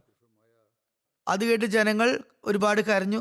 റസൂൽ കരീം സ്വല്ലല്ലാഹു അലൈഹി വസല്ലം വീണ്ടും വീണ്ടും എന്നോട് ചോദിക്കുക എന്ന് പറഞ്ഞു. അപ്പോൾ ഹസരത്ത് അബ്ദുള്ള ബിൻ ഹുസാഫ എഴുന്നേറ്റ് നിന്ന് ചോദിച്ചു, എൻ്റെ പിതാവ് ആരാണെന്ന് പറഞ്ഞു തരിക. തിരുനബി സല്ലല്ലാഹു അലൈഹി വസല്ലം പറഞ്ഞു, ഹുസാഫയാണ് നിന്റെ പിതാവ്. പിന്നെയും റസൂലുള്ളാഹി സ്വല്ലല്ലാഹു അലൈഹി വസല്ലം പലതവണ പറഞ്ഞു, എന്നോട് ചോദിക്കുക, എന്ത് വേണമെങ്കിലും ചോദിക്കുക. അപ്പോൾ ഹസരത്ത് ഉമർ മുട്ടുകുത്തി നിന്നു. എന്നിട്ട് പറഞ്ഞു, റസീന ബില്ലാഹി റബ്ബൻ വബിൽ ഇസ്ലാമി ദീനൻ വബി മുഹമ്മദിൻ നബിയൻ, അതായത് അള്ളാഹുവിനെ ഞങ്ങളുടെ നാഥൻ എന്ന നിലയിലും ഇസ്ലാമിനെ ഞങ്ങളുടെ മതം എന്ന നിലയ്ക്കും മുഹമ്മദിനെ ഞങ്ങളുടെ നബി എന്ന സ്ഥാനത്തിലും ഞങ്ങൾ തൃപ്തിപ്പെട്ടിരിക്കുന്നു. റസൂൽ കരീം സല്ലല്ലാഹു അലൈഹി വസല്ലം അത് കേട്ട് മൗനം പാലിച്ചു. അല്പനേരം മൗനം ദീക്ഷിച്ചു. എന്നിട്ട് പറഞ്ഞു, എൻ്റെ മുമ്പിൽ ഈ കാണുന്ന മതിലിന് തുല്യമായ വീതിയിൽ ഇപ്പോൾ എൻ്റെ മുമ്പാകെ സ്വർഗവും നരകവും കാണിക്കപ്പെട്ടു. എനിക്ക് മുമ്പാകെ ഒരിക്കലും ഇതുപോലെ നന്മ തിന്മകൾ കാണിക്കപ്പെട്ടിട്ടില്ല. ബുഖാരിയിൽ തന്നെ മറ്റൊരു നിവേദനം ഇപ്രകാരം വന്നിട്ടുണ്ട്. ഹദ്രത്ത് അബൂ മൂസയിൽ നിന്ന് നിവേദനം പറയുന്നു, റസൂൽ കരീം സല്ലല്ലാഹു അലൈഹി വസല്ലമയുടെ ആളുകൾ ചില കാര്യങ്ങൾ അന്വേഷിച്ചു. കുത്തി ചോദിച്ചപ്പോൾ തിരുനബി സല്ലല്ലാഹു അലൈഹി വസല്ലമയ്ക്ക് അവ ഇഷ്ടപ്പെട്ടില്ല. ഒരുപാട് കാര്യങ്ങൾ നിരന്തരം ആളുകൾ ചോദിച്ചപ്പോൾ തിരുനബി സല്ലല്ലാഹു അലൈഹി വസല്ലം കുപിതനായി. എന്നിട്ട് ജനങ്ങളോട് പറഞ്ഞു, നിങ്ങൾക്ക് അറിയേണ്ടതെല്ലാം ഇപ്പോൾ എന്നോട് ചോദിക്കുക. അപ്പോൾ ഒരു വ്യക്തി ചോദിച്ചു, എൻ്റെ പിതാവ് ആരാണ്? തിരുനബി സല്ലല്ലാഹു അലൈഹി വസല്ലം പറഞ്ഞു, നിന്റെ പിതാവ് ഹുസൈഫയാണ്. അതിനുശേഷം മറ്റൊരാളെ എഴുന്നേറ്റ് ചോദിച്ചു, അല്ലയോ റസൂലുള്ള, എൻ്റെ പിതാവ് ആരാണ്? തിരുനബി സല്ലല്ലാഹു അലൈഹി വസല്ലം പറഞ്ഞു, നിന്റെ പിതാവ് ഷിയബയുടെ സ്വതന്ത്രനാക്കിയ അടിമയാണ്, സാലിമാണ്. റസൂലുള്ളാഹി സ്വല്ലല്ലാഹു അലൈഹി വസല്ലമയുടെ മുഖത്ത് ഭാവമാറ്റം കണ്ടപ്പോൾ, ദേഷ്യം കണ്ടപ്പോൾ ഹസരത്ത് ഉമർ റളിയല്ലാഹു അൻഹു പറഞ്ഞു, അല്ലയോ റസൂലുള്ളാഹി സ്വല്ലല്ലാഹു അലൈഹി വസല്ലം, ഞങ്ങൾ ദൈവസമക്ഷം ഞങ്ങളുടെ തെറ്റിൽ നിന്നും പശ്ചാത്തപിക്കുന്നു. ബുഖാരിയിൽ തന്നെയുള്ള മറ്റൊരു നിവേദനം പ്രകാരമാണ്. സുഹരിയിൽ നിന്ന് നിവേദനം പറയുന്നു, ഹജരത്ത് അനസ് ബിൻ മാലിക് എന്നോട് ഇങ്ങനെ പറഞ്ഞു, റസൂലുള്ളാഹി സ്വല്ലല്ലാഹു അലൈഹി വസല്ലം പുറത്തേക്ക് ഇറങ്ങിയപ്പോൾ ഹജരത്ത് അബ്ദുള്ള ബിൻ ഹുസാഫ മുന്നോട്ട് വരികയും, അല്ലയോ റസൂലുള്ളാഹി സ്വല്ലല്ലാഹു അലൈഹി വസല്ലം, എൻ്റെ പിതാവ് ആരാണ് എന്ന് ചോദിക്കുകയും ചെയ്തു. റസൂലുള്ളാഹി സ്വല്ലല്ലാഹു അലൈഹി വസല്ലം പറഞ്ഞു, നിന്റെ പിതാവ് ഹുസാഫയാണ്. അതിനുശേഷം പലതവണ എന്നോട് നിങ്ങൾ ചോദിക്കാനുള്ളതൊക്കെ ചോദിക്കുക എന്ന് റസൂലുള്ളാഹി സ്വല്ലല്ലാഹു അലൈഹി വസല്ലം പറയുകയുണ്ടായി. അപ്പോൾ ഹജരത്ത് ഉമർ കാല് മടക്കിയിരുന്നു. എന്നിട്ട് പറഞ്ഞു, അള്ളാഹുവിനെ ഞങ്ങളുടെ നാഥൻ എന്ന നിലയിലും ഇസ്ലാമിനെ ഞങ്ങളുടെ മതം എന്ന നിലയിലും മുഹമ്മദിനെ ഞങ്ങളുടെ നബി എന്ന നിലയിലും ഞങ്ങൾ തൃപ്തിപ്പെട്ടിരിക്കുന്നു. റസൂൽ കരീം സല്ലല്ലാഹു അലൈഹി വസല്ലം കുറച്ചു സമയത്തേക്ക് മൗനം പാലിച്ചു. ഹസ്രത്ത് അബു ഖതാദ അൻസാരി റളിയല്ലാഹു അൻഹുവിൽ നിന്ന് നിവേദനം, തിരുനബിയുടെ നോമ്പിനെ കുറിച്ച് ചോദ്യം ചോദിക്കപ്പെട്ടു. നിവേദകൻ പറയുന്നു, റസൂൽ കരീം സ്വല്ലല്ലാഹു അലൈഹി വസല്ലമയ്ക്ക് അത് ഇഷ്ടപ്പെട്ടില്ല. അപ്പോൾ ഹസ്രത്ത് ഉമർ പറഞ്ഞു, അള്ളാഹുവിനെ ഞങ്ങളുടെ നാഥൻ എന്ന നിലയിലും ഇസ്ലാമിനെ ഞങ്ങളുടെ മതം എന്ന നിലയിലും മുഹമ്മദിന് സ്വല്ലല്ലാഹു അലൈഹി വസല്ലം ഞങ്ങളുടെ നബി എന്ന നിലയിലും അതുപോലെ ഞങ്ങളുടെ ബയ്യത്ത് യഥാർത്ഥ ബയ്യത്ത് ആണെന്ന നിലയിലും ഞങ്ങൾ തൃപ്തിപ്പെട്ടിരിക്കുന്നു. റസൂൽ കരീം സ്വല്ലല്ലാഹു അലൈഹി വസല്ലം അതിനുശേഷം മൗനം പാലിച്ചു. സഹീ ബുഖാരിയിൽ മറ്റൊരു നിവേദനമുണ്ട്. ഹജറത്ത് ഉമർ ഒരിക്കൽ റസൂലുള്ളാഹി സ്വല്ലല്ലാഹു അലൈഹി വസല്ലമയുടെ അടുത്ത് വന്നു. ആ സമയത്ത് തിരുനബി സ്വല്ലല്ലാഹു അലൈഹി വസല്ലം വീടിന്റെ മേൽത്തട്ടിലായിരുന്നു. ഹജറത്ത് ഉമർ വിവരിക്കുന്നു, ഞാൻ തിരുനബിയുടെ അടുത്തേക്ക് പോയപ്പോൾ കണ്ടത് തിരുനബി ഒരു പായയിൽ കിടക്കുകയായിരുന്നു. പായയുടെ മേൽ ഒന്നും വിരിച്ചിട്ടുണ്ടായിരുന്നില്ല. അതുകൊണ്ട് തന്നെ തിരുനബിയുടെ ഇരുവശത്തും പായയുടെ അടയാളമുണ്ടായിരുന്നു. ഒരു തോലിന്റെ തലയണയിൽ ചാരി ഇരിക്കുകയായിരുന്നു തിരുനബി. അതിനുള്ളിൽ ഈന്തപ്പന തോലുകൾ നിറച്ചിരുന്നു. ഞാൻ റസൂൽ കരീം സ്വല്ലല്ലാഹു അലൈഹി വസല്ലമയുടെ വീട്ടിലേക്ക് എത്തി നോക്കി. അള്ളാഹുവാണ് 3 ഉണങ്ങാത്ത തോലുകളെ കൂടാതെ അവിടെ എനിക്കൊന്നും തന്നെ കാണാനായില്ല. ഞാൻ റസൂൽ കരീം സ്വല്ലല്ലാഹു അലൈഹി വസല്ലമയോട് പറഞ്ഞു, അങ്ങയുടെ ഉമ്മത്തിന് സമൃദ്ധി ഉണ്ടാക്കാനായി അള്ളാഹുവിനോട് ദുആ ചെയ്യുക. കാരണം പേർഷ്യക്കും റോമൻ സാമ്രാജ്യത്തിനും ഒരുപാട് സമ്പൽ സമൃദ്ധിയുണ്ട്. അവർക്ക് എല്ലാ ഭൗതിക സംവിധാനങ്ങളുമുണ്ട്.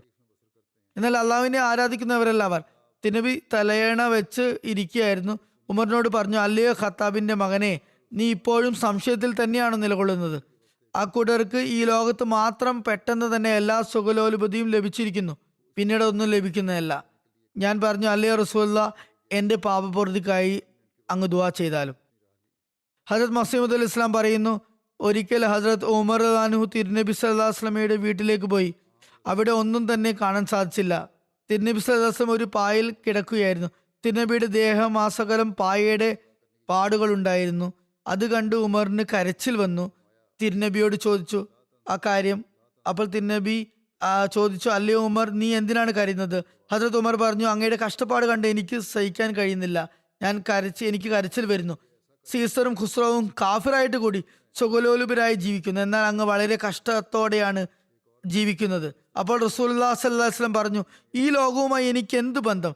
എൻ്റെ ഉദാഹരണം ഒരു യാത്രക്കാരൻ്റെതാണ്. അയാൾ അത്യുഷ്ണ സമയത്ത് കൊടും വേനലിൽ ഒട്ടകപ്പുറത്ത് സഞ്ചരിക്കുകയാണ്. ഉച്ചവെയിലിന്റെ കാഠിന്യം സഹിക്കവയ്യാതെ അല്പനേരം അതിൽ നിന്നും ശമനം ലഭിക്കാനായി ഒരു മരച്ചുവട്ടിലേക്ക് മാറി നിൽക്കുകയും ഏതാനും നിമിഷങ്ങൾ കഴിഞ്ഞ് ആ ചൂടിൽ തന്നെ തൻ്റെ യാത്ര തുടരുകയും ചെയ്യുകയാണ് ആ യാത്രക്കാരൻ ചെയ്യുന്നത്. ആ യാത്രക്കാരനെ പോലെയാണ് ഞാനും. ഹജരത് ഉമർ റളിയല്ലാഹുവിനോട് തനിക്ക് വേണ്ടി ദുആ ചെയ്യണമെന്ന് തിരുനബി സല്ലല്ലാഹു അലൈഹി വസല്ലം പറഞ്ഞ ഒരു സംഭവം വന്നിട്ടുണ്ട്. ഹജരത് ഉമർ പറയുന്നു, ഞാൻ റസൂൽ കരീം സല്ലല്ലാഹു അലൈഹി വസല്ലമയോട് ഉംറ ചെയ്യാനുള്ള അനുവാദം തേടി. അപ്പോൾ തിരുനബി സല്ലല്ലാഹു അലൈഹി വസല്ലം അതിനുള്ള അനുമതി നൽകി. എന്നിട്ട് പറഞ്ഞു, ലാ തൻസാന യാ അഖി യാ ഉഖയ്യ മിൻ ദുആയിക. അല്ലേ എൻ്റെ സഹോദര, നമ്മെ താങ്കളുടെ ദുആയിൽ ഉൾപ്പെടുത്താൻ മറന്നു പോകരുത്. ഹജരത് ഉമർ പറയുന്നു, ഈ വചനം എന്നെ സംബന്ധിച്ചിടത്തോളം എത്രത്തോളം വിലമതിച്ചതാണെന്നാൽ അതിന് പകരമായി ലോകം മുഴുവനുള്ളത് എനിക്ക് തന്നാലും എനിക്ക് അത്രത്തോളം സന്തോഷം ഒരിക്കലും ലഭിക്കുകയില്ല. മറ്റൊരു നിവേദനത്തിൽ ഈ വചനങ്ങളാണ് വന്നിട്ടുള്ളത്, അഷ്രിഖിന ഉഖയ്യ ഫി ദുആയിക, അതായത് അല്ലയോ എൻ്റെ സഹോദര, നമ്മെ താങ്കളുടെ ദുആയിൽ ഉൾപ്പെടുത്തണം. ഹജരത് ഉമർ റളിയല്ലാഹുവിന് റസൂലുള്ളാഹി സ്വല്ലല്ലാഹു അലൈഹി വസല്ലമയോട് എത്രമാത്രം സ്നേഹബന്ധമായിരുന്നു എന്നതിലേക്ക് സൂചന ലഭിക്കുന്ന ഒരു സംഭവം വിവരിക്കാം. മുമ്പ് വിവരിച്ചതാണ്. ഇപ്രകാരം വന്നിട്ടുണ്ട്. അത് സംബന്ധമായി ഹജരത് ആയിഷ റളിയല്ലാഹു അൻഹ നിവേദനം ചെയ്യുന്നു, റസൂൽ കരീം സല്ലല്ലാഹു അലൈഹി വസല്ലം വഫാത്ത് ആയപ്പോൾ ഹജരത് ഉമർ ആളുകളുടെ ഇടയിൽ വന്ന് ഇപ്രകാരം പറയാൻ തുടങ്ങി, അള്ളാഹു ആണ്, റസൂലുള്ളാഹി സ്വല്ലല്ലാഹു അലൈഹി വസല്ലം വഫാത്തായിട്ടില്ല. ഹജരത് ആയിഷ പറയുന്നു, ഹജരത് ഉമർ ഇപ്രകാരം പറയുമായിരുന്നു, അള്ളാഹു ആണ്, എൻ്റെ മനസ്സിൽ അങ്ങനെ തന്നെയായിരുന്നു തോന്നിയിരുന്നത്. തിരുനബിയെ അള്ളാഹു നിശ്ചയമായും ഉയർത്തെഴുന്നേൽപ്പിക്കുമെന്നും ചില ആളുകളുടെ കൈകാലുകൾ മുനാഫിക്കുകളുടെ തിരുനബി വെട്ടുമാറ്റുന്നതാണെന്നും അദ്ദേഹം പറയുകയുണ്ടായി. പിന്നീട് ഹജരത്ത് അബൂബക്കർ വന്ന് സൂറ ആലി ഇമ്രാനിലെ 145 ആയത്ത് ഓതി ഹജരത്ത് ഉമറിനോട് യാഥാർത്ഥ്യം അംഗീകരിക്കാൻ ഉൾക്കൊള്ളാൻ പറഞ്ഞു. അങ്ങനെ ആ പ്രശ്നം അവസാനിച്ചു. ഇതേക്കുറിച്ച് ഹജരത്ത് മുസ്ലിം മൗദ് റളിയല്ലാഹു അൻഹു പറയുന്നു, റസൂലുള്ളാഹി സ്വല്ലല്ലാഹു അലൈഹി വസല്ലം വഫാത്തായപ്പോൾ സഹാബാക്കൾ ഇജ്മാ നടത്തിയത് എല്ലാ പ്രവാചകന്മാരും വഫാത്തായി എന്ന കാര്യത്തിലായിരുന്നു. അതിന് കാരണം ഇതായിരുന്നു, തിരുനബി സല്ലല്ലാഹു അലൈഹി വസല്ലം വഫാത്തായപ്പോൾ ഹജരത്ത് ഉമർ റളിയല്ലാഹു അൻഹു കരുതി, തിരുനബി ഇപ്പോഴും ജീവിച്ചിരിപ്പുണ്ട്, വീണ്ടും ഞങ്ങൾക്കിടയിൽ ഒരിക്കൽ വരുന്നതാണ്. അതുപോലെ ആ വിശ്വാസത്തിൽ ഹജരത്ത് ഉമർ എത്രത്തോളം അടിയുറച്ച് വിശ്വസിച്ചിരുന്നു എന്നാൽ അതിനെ എതിർത്ത് പറയുന്നവരുടെ തല കൊയ്യാൻ അദ്ദേഹം തയ്യാറായിരുന്നു. ആ സമയത്ത് ഹജരത്ത് സിദ്ദീഖ് അങ്ങോട്ട് വന്നു എല്ലാ സഹാബാക്കളുടെയും മുമ്പാകെ വമാ മുഹമ്മദുൻ ഇല്ലർ റസൂൽ ഖദ് ഖലത് മിൻ ഖബ്ലിഹി റുസുൽ എന്ന ആയത്ത് ചൊല്ലി കേൾപ്പിച്ചു. ഹജരത്ത് ഉമർ പറയുന്നു, അത് കേട്ട് എൻ്റെ കാലുകളിൽ തരിപ്പ് അനുഭവപ്പെട്ടു. ആ ആഘാതം സഹിക്കവയ്യാതെ ഞാൻ നിലത്തേക്ക് വീണു. അതുപോലെ സഹാബാക്കൾ പറയുന്നു, ആ സമയത്ത് ഞങ്ങൾക്ക് തോന്നിയത് അന്നാണ് ആ ആയത്ത് ആദ്യമായി ഇറങ്ങിയതെന്നാണ്. ഞങ്ങൾ ആ ആയത്ത് ചൊല്ലി ചന്തകളിലൂടെ നടക്കുമായിരുന്നു. അതുകൊണ്ട് തന്നെ ഏതെങ്കിലും ഒരു നബി ജീവിച്ചിരുന്നെങ്കിൽ ഈ പ്രമാണം ഒരിക്കലും ശരിയാകുമായിരുന്നില്ല, ഈ വാദം തെറ്റി പോകുമായിരുന്നു. എല്ലാ നബിമാരും വഫാത്തായെങ്കിൽ എന്തുകൊണ്ട് തിരുനബി വഫാത്തായിക്കൂടാ എന്ന പ്രമാണമായിരുന്നു അവിടെ സ്വീകരിക്കപ്പെട്ടത്. എന്നാൽ ആ സമയത്ത് ഹസ്രത്ത് അബൂബക്കറിനോട് ഹസ്രത്ത് ഉമർ ഇപ്രകാരം പറഞ്ഞതുമില്ല. അതായത്, എന്തിനാണ് താങ്കൾ ജനങ്ങളെ കബളിപ്പിക്കുന്നത്? ഹസ്രത്ത് മിഷിഹ ഈസാ നബി ഇപ്പോഴും ജീവനോട് ആകാശത്തിരിപ്പുണ്ട്. അദ്ദേഹം ജീവിച്ചിരിപ്പുണ്ടെങ്കിൽ എന്തുകൊണ്ട് നമ്മുടെ നബി സല്ലല്ലാഹു അലൈഹി വസല്ലമക്ക് ജീവിച്ചിരുന്നുകൂടാ? അതുപോലെ ആ സമയത്ത് എല്ലാ സഹാബാക്കളും മൗനം അവലംബിച്ചത് ഹസ്രത്ത് മസീഹ് വഫാത്തായി എന്ന് എല്ലാവരും വിശ്വസിച്ചിരുന്നത് കൊണ്ടാണ്. ഇതേക്കുറിച്ച് ഹസ്രത്ത് മസീഹ് ഇസ്ലാം സവിസ്തരം പ്രതിപാദിച്ചിട്ടുണ്ട്. അതേക്കുറിച്ച് ഞാൻ മുമ്പൊരു ഖുതുബയിൽ പ്രതിപാദിച്ചിരുന്നു. ഹസ്രത്ത് ഉമർ എപ്രകാരമായിരുന്നു റസൂലുള്ളാഹി സ്വല്ലല്ലാഹു അലൈഹി വസല്ലമയെ എല്ലാ കാര്യത്തിലും പിന്തുടർന്നിരുന്നത് എന്നതിനെ കുറിച്ച് നിവേദനമുണ്ട്. ഹസ്രത്ത് ഇബ്നു ഉമർ വിവരിക്കുന്നു, റസൂലുള്ളാഹി സ്വല്ലല്ലാഹു അലൈഹി വസല്ലം ഹജറെ അസ്വദിലേക്ക് മുഖം തിരിച്ചു. എന്നിട്ട് അതിൻ്റെ മേൽ ഒരുപാട് സമയം ചുണ്ടുകൾ അമർത്തി കരഞ്ഞുകൊണ്ടിരുന്നു. റസൂലുള്ളാഹി സ്വല്ലല്ലാഹു അലൈഹി വസല്ലം തിരിഞ്ഞു നോക്കിയപ്പോൾ ഹസ്രത്ത് ഉമർ ബിൻ ഖത്താബ് കരയുന്നതായി കണ്ടു. അപ്പോൾ തിരുനബി സല്ലല്ലാഹു അലൈഹി വസല്ലം പറഞ്ഞു, അല്ലയോ ഉമർ, ഇത് കണ്ണുനീർ വാർക്കുന്ന സ്ഥലമാണ്. ആബിസ് ഹസ്രത്ത് ഉമർ റളിയല്ലാഹു അൻഹു നിവേദനം ചെയ്യുന്നു, അദ്ദേഹം പറഞ്ഞു, ഞാൻ ഹജറെ അസ്വദിൻ്റെ അടുത്ത് വന്നു. എന്നിട്ട് അതിനെ ചുംബിച്ചു. എന്നിട്ട് പറഞ്ഞു, എനിക്ക് നന്നായി അറിയാം നീ ഒരു കല്ല് മാത്രമാണ്. എന്നിട്ട് പറഞ്ഞു, നിനക്ക് ആർക്കെങ്കിലും വല്ല നഷ്ടം വരുത്തി വെക്കാനോ എന്തെങ്കിലും അപകടം വരുത്തി വെക്കാനോ എന്തെങ്കിലും ഉപകാരം ചെയ്യാനോ സാധിക്കില്ല. ഞാൻ നിന്നെ റസൂലുള്ളാഹി സ്വല്ലല്ലാഹു അലൈഹി വസല്ലം ചുംബിച്ചതായി കണ്ടിരുന്നില്ലെങ്കിൽ ഒരിക്കലും തന്നെ ചുംബിക്കുമായിരുന്നില്ല. ഹജറത്ത് മുസ്ലിം എന്ന് പറയുന്നു, ഒരിക്കൽ ഹജറത്ത് ഉമർ റളിയല്ലാഹു അൻഹു തവാഫ് ചെയ്യുകയായിരുന്നു. അദ്ദേഹം ഹജറെ അസ്വദിന്റെ അടുത്തുകൂടെ കടന്നുപോയി. അദ്ദേഹം തന്റെ ഊന്നുവടി കൊണ്ട് അതിനെ തൊട്ടു. എന്നിട്ട് പറഞ്ഞു, എനിക്കറിയാം നീ വെറും ഒരു കല്ലാണ്, നിനക്കൊരു ശക്തിയുമില്ല. അള്ളാഹുവിന്റെ കൽപ്പന കാരണം മാത്രമാണ് ഞാൻ നിന്നെ ചുംബിക്കുന്നത്. ലോകത്ത് തലയെടുപ്പോടെ മികച്ചു നിൽക്കുന്ന തൗഹീദ് എന്ന ആശയമായിരുന്നു അതിന്റെ പിന്നിൽ പ്രവർത്തിച്ചിരുന്നത്. അദ്ദേഹം ഏകനായ അള്ളാഹുവിന്റെ ഏകത്വത്തിൽ തൗഹീദിൽ പൂർണ്ണമായും അനുരക്തനായിരുന്നു. അവന്റെ ശക്തികളിൽ മറ്റാരെയും പങ്കാളികളാക്കുന്നത് അദ്ദേഹത്തിന് സഹിച്ചുകൂടായിരുന്നു. അതായത് അള്ളാഹുവിന്റെ ശക്തിയിൽ ആർക്കും പങ്കില്ലെന്ന് നിശ്ചയമായും വിശ്വസിച്ചിരുന്നു. നിശ്ചയമായും ഹജ്റെ അസ്വദിനെ അദ്ദേഹം വേണ്ട വിധം ആദരിച്ചിരുന്നു. എന്നാൽ അത് അള്ളാഹുവിന്റെ കൽപ്പന ഉള്ളത് കൊണ്ട് മാത്രമായിരുന്നു, അല്ലാതെ ഹജ്റെ അസ്വദിന് എന്തെങ്കിലും സവിശേഷത ഉണ്ടായിരുന്ന കാരണത്താലായിരുന്നില്ല. അള്ളാഹു നമ്മോട് എന്തെങ്കിലും നിസ്സാരമായ വസ്തുവിനെയും ചുംബിക്കാൻ കൽപ്പിച്ചാൽ ഞങ്ങൾ അതിന് തയ്യാറാകുമെന്നായിരുന്നു അവിടെ പ്രകടിപ്പിച്ചത്. കാരണം ഞങ്ങൾ ദൈവദാസന്മാരാണ്, ഏതെങ്കിലും കല്ലിൻ്റെയോ കെട്ടിടത്തിൻ്റെയോ ദാസന്മാരല്ല. അതുകൊണ്ട് തന്നെ അദ്ദേഹം വേണ്ട മര്യാദ കാണിച്ചിരുന്നെങ്കിലും തൗഹീദിനെ അവഗണിച്ചിരുന്നില്ല. അത് തന്നെയാണ് ഒരു വിശ്വാസിയുടെ സവിശേഷതയും. ഒരു സത്യവിശ്വാസി ലോകത്തുള്ള കോടാനുകോടി കല്ലുകളിൽ ഒന്നായി മാത്രമാണ് ഹജ്റെ അസ്വദിനെയും കാണുന്നത്. എന്നാൽ സത്യവിശ്വാസികൾ ബൈത്തുള്ളായെ ആദരിക്കുകയും ഹജ്റെ അസ്വദിനെ ചുംബിക്കുകയും ചെയ്യുന്നു. അതിനുള്ള കാരണം എന്താണ്? അവർ തങ്ങളുടെ നാഥൻ ആ വസ്തുക്കളെ ബഹുമാനിക്കാൻ കൽപ്പിച്ചിട്ടുണ്ട് എന്ന് നന്നായി അറിയുന്നത് കൊണ്ട് മാത്രമാണ് അങ്ങനെ ചെയ്യുന്നത്. എന്നാൽ ആ സ്ഥലത്തെ ആദരിക്കുകയും ഹജ്റെ അസ്വദിനെ ചുംബിക്കുകയും ചെയ്തിട്ട് കൂടി അവർ തങ്ങളുടെ ഏകനായ ദൈവത്തിന്റെ ദാസന്മാരായി നിലകൊള്ളുകയും അടിയുറച്ചു നിൽക്കുകയും ചെയ്യുന്നു. തൗഹീദ് വിട്ട് അവർ ഷിർക്കിലേക്ക് പോകുന്നേയില്ല. അല്ലാതെ ഏതെങ്കിലും കല്ലിന്റെ ദാസന്മാരായി അവർ തങ്ങളെ കണക്കാക്കിയിട്ടില്ല. ഈ യാഥാർത്ഥ്യം തന്നെയാണ് ഹസ്രത്ത് ഉമർ റളിയല്ലാഹു അൻഹു വെളിപ്പെടുത്തിയത്. അദ്ദേഹം ഹജ്റത്തെ അസ്വദിനെ ഊന്നുവടി കൊണ്ട് അടിക്കുകയും നിനക്ക് യാതൊരു വിലയും ഞാൻ കൽപ്പിക്കുന്നില്ല എന്നും ലോകത്ത് മറ്റ് കോടാനുകോടി കല്ലുകളിൽ ഒന്നായി മാത്രം നിന്നെ ഞാൻ കാണുന്നു എന്നും നിന്നെ ആദരിക്കാൻ വേണ്ടി എന്നെ നാഥൻ എന്നോട് കൽപ്പിച്ചതിനാലാണ് ഞാൻ അങ്ങനെ ചെയ്യുന്നത് എന്നും പറയുകയുണ്ടായി. ഇതും പറഞ്ഞ് അദ്ദേഹം മുന്നോട്ട് നീങ്ങി. എന്നിട്ട് ആ കല്ലിനെ ചുംബിച്ചു. ഹസ്രത്ത് അബ്ദുല്ലാ ബിൻ ഉമർ പറയുന്നു, ഹസ്രത്ത് ഉമർ ബിൻ ഖത്താബ് റസൂലുള്ളാഹി സ്വല്ലല്ലാഹു അലൈഹി വസല്ലമയോട് ഇപ്രകാരം ചോദിച്ചു, അങ്ങ് തായിഫിൽ നിന്നും മടങ്ങിയ ശേഷം ജീറാനിയിലായിരുന്നപ്പോൾ, തിരുനബി ജീറാനിയിലായിരുന്നു, അപ്പോൾ ചോദിച്ചു, അല്ലയോ റസൂലുള്ളാഹ്, ഞാൻ ഇസ്ലാമിന് മുമ്പ് ജാഹിലിയ കാലഘട്ടത്തിൽ മസ്ജിദ് ഹറമിൽ ഒരു ദിവസം ഇത്തികാഫ് ചെയ്യും എന്ന് നേർച്ച നേർന്നിട്ടുണ്ടായിരുന്നു. അതേക്കുറിച്ച് താങ്കളുടെ അഭിപ്രായം എന്താണ്? റസൂലുള്ളാഹി സ്വല്ലല്ലാഹു അലൈഹി വസല്ലം പറഞ്ഞു, അവിടെ പോയി ഇത്തികാഫ് ഇരുന്ന് കൊള്ളുക, കുഴപ്പമൊന്നുമില്ല. അതായത് ഏത് കാലഘട്ടത്തിലായാലും അത്തരത്തിൽ നിയത്ത് ചെയ്താൽ, നേർച്ച ചെയ്താൽ അത് പൂർത്തിയാക്കേണ്ടതുണ്ട് എന്ന പാഠമാണ് റസൂലുള്ളാഹി സ്വല്ലല്ലാഹു അലൈഹി വസല്ലം നമുക്ക് ഇവിടെ നൽകുന്നത്. തുടർന്ന് നിവേദകൻ പറയുന്നു, ഒരിക്കൽ റസൂലുള്ളാഹി സ്വല്ലല്ലാഹു അലൈഹി വസല്ലം അദ്ദേഹത്തിന് യുദ്ധം മുതലിൽ നിന്നും ഒരു സേവകയെ നൽകി. റസൂലുള്ളാഹി സ്വല്ലല്ലാഹു അലൈഹി വസല്ലം യുദ്ധ തടവുകാരെ മോചിപ്പിച്ചു. ഹദരത്ത് ഉമർ അവർ തങ്ങളെ റസൂലുള്ളാഹി സ്വതന്ത്രരാക്കിയിരിക്കുന്നു എന്ന് വിളിച്ചു പറയുന്നത് കേട്ടു. കാര്യം എന്താണെന്ന് ഹദരത്ത് ഉമർ ജനങ്ങളോട് തിരക്കി. അവർ പറഞ്ഞു, റസൂലുള്ളാഹി യുദ്ധത്തിൽ പിടികൂടി എല്ലാ തടവുകാരെയും മോചിപ്പിച്ചിരിക്കുകയാണ്. അത് കേട്ടതും ഹസ്രത്ത് ഉമർ തന്റെ മകനോട് പറഞ്ഞു, അല്ലേ അബ്ദുള്ള, റസൂലുള്ളാഹി നിനക്ക് നൽകിയ ആ സേവകയെയും ഭൃത്യയെയും വേഗം ചെന്ന് സ്വതന്ത്രയാക്കിക്കൊള്ളുക. ഹദരത്ത് ഹുസൈഫയെ കുറിച്ച് നബി കരീം സല്ലല്ലാഹു അലൈഹി വസല്ലമയുടെ മനസാക്ഷി സൂക്ഷിപ്പുകാരൻ, രഹസ്യ സൂക്ഷിപ്പുകാരൻ എന്നാണ് പറയാറുള്ളത്. തബൂക്ക് യുദ്ധവേളയിൽ ഒരു സംഭവം നടന്നു. ഹദരത്ത് ഹുസൈഫ വിവരിക്കുന്നു, റസൂൽ കരീം സല്ലല്ലാഹു അലൈഹി വസല്ലം തൻ്റെ സവാരി മൃഗത്തിൽ നിന്നും താഴേക്ക് ഇറങ്ങി. ആ സമയത്ത് തിരുനബിക്ക് ഒരു വെളിപാട് ഇറങ്ങി. അവിടെ തിരുനബിയുടെ യാത്രാമൃഗം ഇരിക്കുകയായിരുന്നു. പെട്ടെന്ന് അത് എഴുന്നേൽക്കുകയും അതിനെ കെട്ടിയിട്ട അതിൻ്റെ മൂക്കുകയർ അത് ശക്തമായി വലിക്കുകയും ചെയ്തു. ഞാൻ അതിൻ്റെ മൂക്കുകയർ ആഞ്ഞു വലിച്ച് എന്നിട്ട് അതിനെ റസൂലുള്ളാഹി സ്വല്ലല്ലാഹു അലൈഹി വസല്ലമയുടെ അടുത്ത് കൊണ്ടുവന്നിരുത്തി. എന്നിട്ട് ഞാൻ അതിൻ്റെ അടുത്ത് തന്നെ ഇരുന്നു. ഏതുവരെ എന്നാൽ നബി കരീം സല്ലല്ലാഹു അലൈഹി വസല്ലം വഹി അവസാനിച്ചതിന് ശേഷം എഴുന്നേറ്റ് അങ്ങോട്ടേക്ക് വന്നു. ഞാൻ ആ പെണ്ണൊട്ടകത്തെ തിരുനബിയുടെ അടുത്തേക്ക് കൊണ്ടുവന്നു. അപ്പോൾ റസൂലുള്ളാഹി സ്വല്ലല്ലാഹു അലൈഹി വസല്ലം ചോദിച്ചു, താങ്കൾ ആരാണ്? ഞാൻ പറഞ്ഞു, ഞാൻ ഹുസൈഫയാണ്. അപ്പോൾ റസൂൽ കരീം സല്ലല്ലാഹു അലൈഹി വസല്ലം പറഞ്ഞു, ഞാൻ താങ്കൾക്ക് ഒരു രഹസ്യം പറഞ്ഞു തരാം. താങ്കൾ അത് ആരോടും വെളിപ്പെടുത്തരുത്. എന്നോട് ഇന്ന വ്യക്തികളുടെ ജനാദ നമസ്കരിപ്പിക്കരുതെന്ന് അള്ളാഹു വിലക്കിയിരിക്കുന്നു. റസൂലുള്ളാഹി സ്വല്ലല്ലാഹു അലൈഹി വസല്ലം ഒരു സംഘം മുനാഫിക്കുകളുടെ പേര് അദ്ദേഹത്തോട് പറഞ്ഞു. തിരുനബി സല്ലല്ലാഹു അലൈഹി വസല്ലം വഫാത്തായതിനു ശേഷം ഹസ്രത്ത് ഉമറിന്റെ ഖിലാഫത്ത് കാലഘട്ടത്തിൽ ആരെങ്കിലും വഫാത്താകുകയും അയാളെക്കുറിച്ച് ഹസ്രത്ത് ഉമറിന് മുനാഫിക്കുകളുടെ ആ സംഘത്തിൽപ്പെട്ട വ്യക്തിയാണോ എന്ന് സംശയം തോന്നുകയും ചെയ്യുമ്പോൾ അദ്ദേഹം ഹസ്രത്ത് ഹുസൈഫയുടെ കൈപിടിച്ച് ജനാദ നമസ്കരിപ്പിക്കാനായി കൂടെ കൊണ്ടുപോകുമായിരുന്നു. ഹസ്രത്ത് ഹുസൈഫ തന്നോടൊപ്പം വരികയാണെങ്കിൽ ഹസ്രത്ത് ഉമർ ആ വ്യക്തിയുടെ ജനാദ നമസ്കരിപ്പിക്കുമായിരുന്നു. ഇനി ഹസ്രത്ത് ഹുസൈഫ ഹസ്രത്ത് ഉമറിന്റെ കയ്യിൽ നിന്നും തൻ്റെ കൈ വിടിവിപ്പിക്കുകയാണ് ചെയ്തതെങ്കിൽ ഹസ്രത്ത് ഉമറും ആ വ്യക്തിയുടെ ജനാദ നമസ്കരിക്കുമായിരുന്നില്ല. ഹസ്രത്ത് ഉമർ റസൂലുള്ളാഹി സ്വല്ലല്ലാഹു അലൈഹി വസല്ലമയുടെ പ്രവചനത്തെ ബാഹ്യമായ നിലയിൽ പൂർത്തിയാക്കിയതിനെ കുറിച്ച് ഹസ്രത്ത് മസീഹുൽ ഇസ്ലാം പറയുന്നു, ഹസ്രത്ത് ഉമർ അൻഹു വിശ്വസ്തതയിലും ആത്മാർത്ഥതയിലും നിറഞ്ഞ വ്യക്തിയായിരുന്നു. അദ്ദേഹം തിരുനബിയുടെ രണ്ടാം ഖലീഫയായി തിരഞ്ഞെടുക്കപ്പെടാനുള്ള സൗഭാഗ്യവും നേടുകയുണ്ടായി. എല്ലാ സഹാബി വര്യന്മാർക്കും അള്ളാഹു അന്തസ്സും പ്രതാപവും നൽകുകയുണ്ടായി.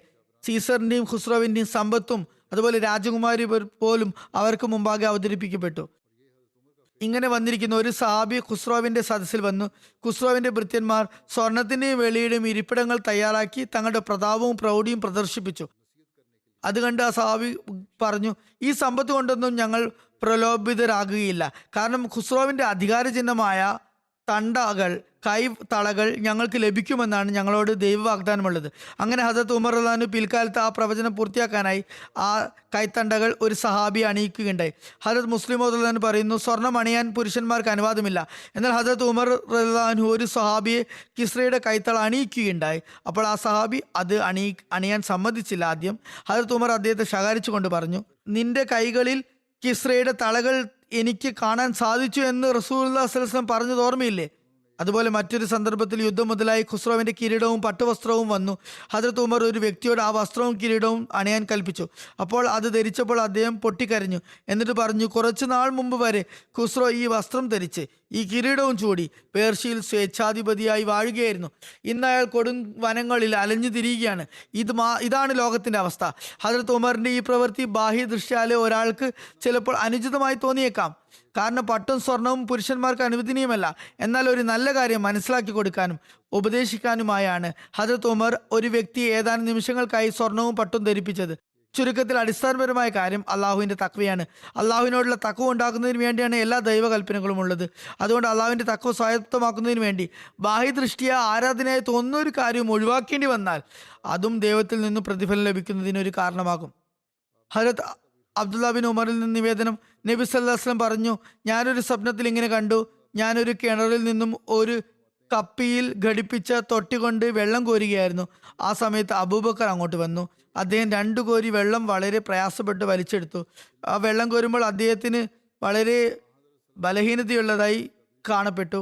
അള്ളാഹു അദ്ദേഹത്തിന്റെ ബലഹീനതകളെ മറച്ചു വെക്കുന്നതാണ്, അദ്ദേഹത്തോട് വിട്ടുവീഴ്ച ചെയ്യുന്നതാണ്. അതിനുശേഷം ഉമർ ബിൻ ഖത്താബ് വന്നു. അപ്പോൾ ആ തൊട്ടി വലുതായി മാറി. ഉമർ അപ്പോൾ ചെയ്ത പ്രവൃത്തി എന്നെ ആശ്ചര്യപ്പെടുത്തി. ഒരു ഫയൽവാൻ പോലും അത്തരത്തിൽ ശക്തിയോടെ ചെയ്യാൻ സാധിക്കുകയില്ല. ആദ്യം എത്രത്തോളം വെള്ളം കോരി എന്നാൽ ജനങ്ങൾ ദാഹം മാറുന്നത് വരെ കുടിക്കുകയും സ്വന്തം ഇടങ്ങളിൽ പോയി ഇരിക്കുകയും ചെയ്തു. ഹദ്രത്ത് ഇബ്നു ഉമർ പറയുന്നു, ഞാൻ റസൂലുള്ളാഹി സ്വല്ലല്ലാഹു അലൈഹി വസല്ലം ഇങ്ങനെ പറയുന്നതായി കേട്ടു.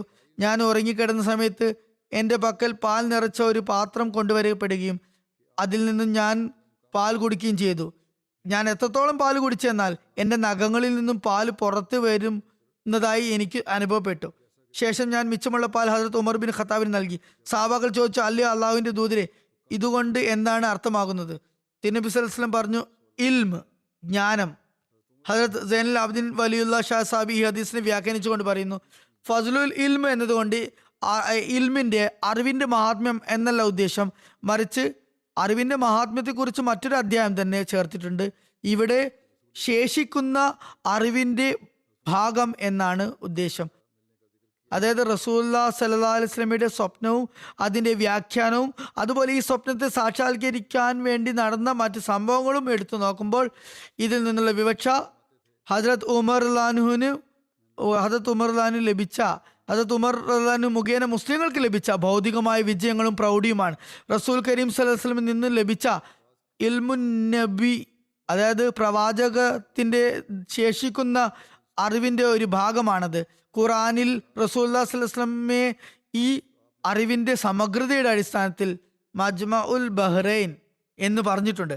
അതായത് ലൗകികവും പാരത്രികവുമായ ഉന്നമനങ്ങളുടെ വിജ്ഞാനങ്ങളുടെ സമഗ്രഭാവം അദ്ദേഹത്തിന് ലഭ്യമാണ്.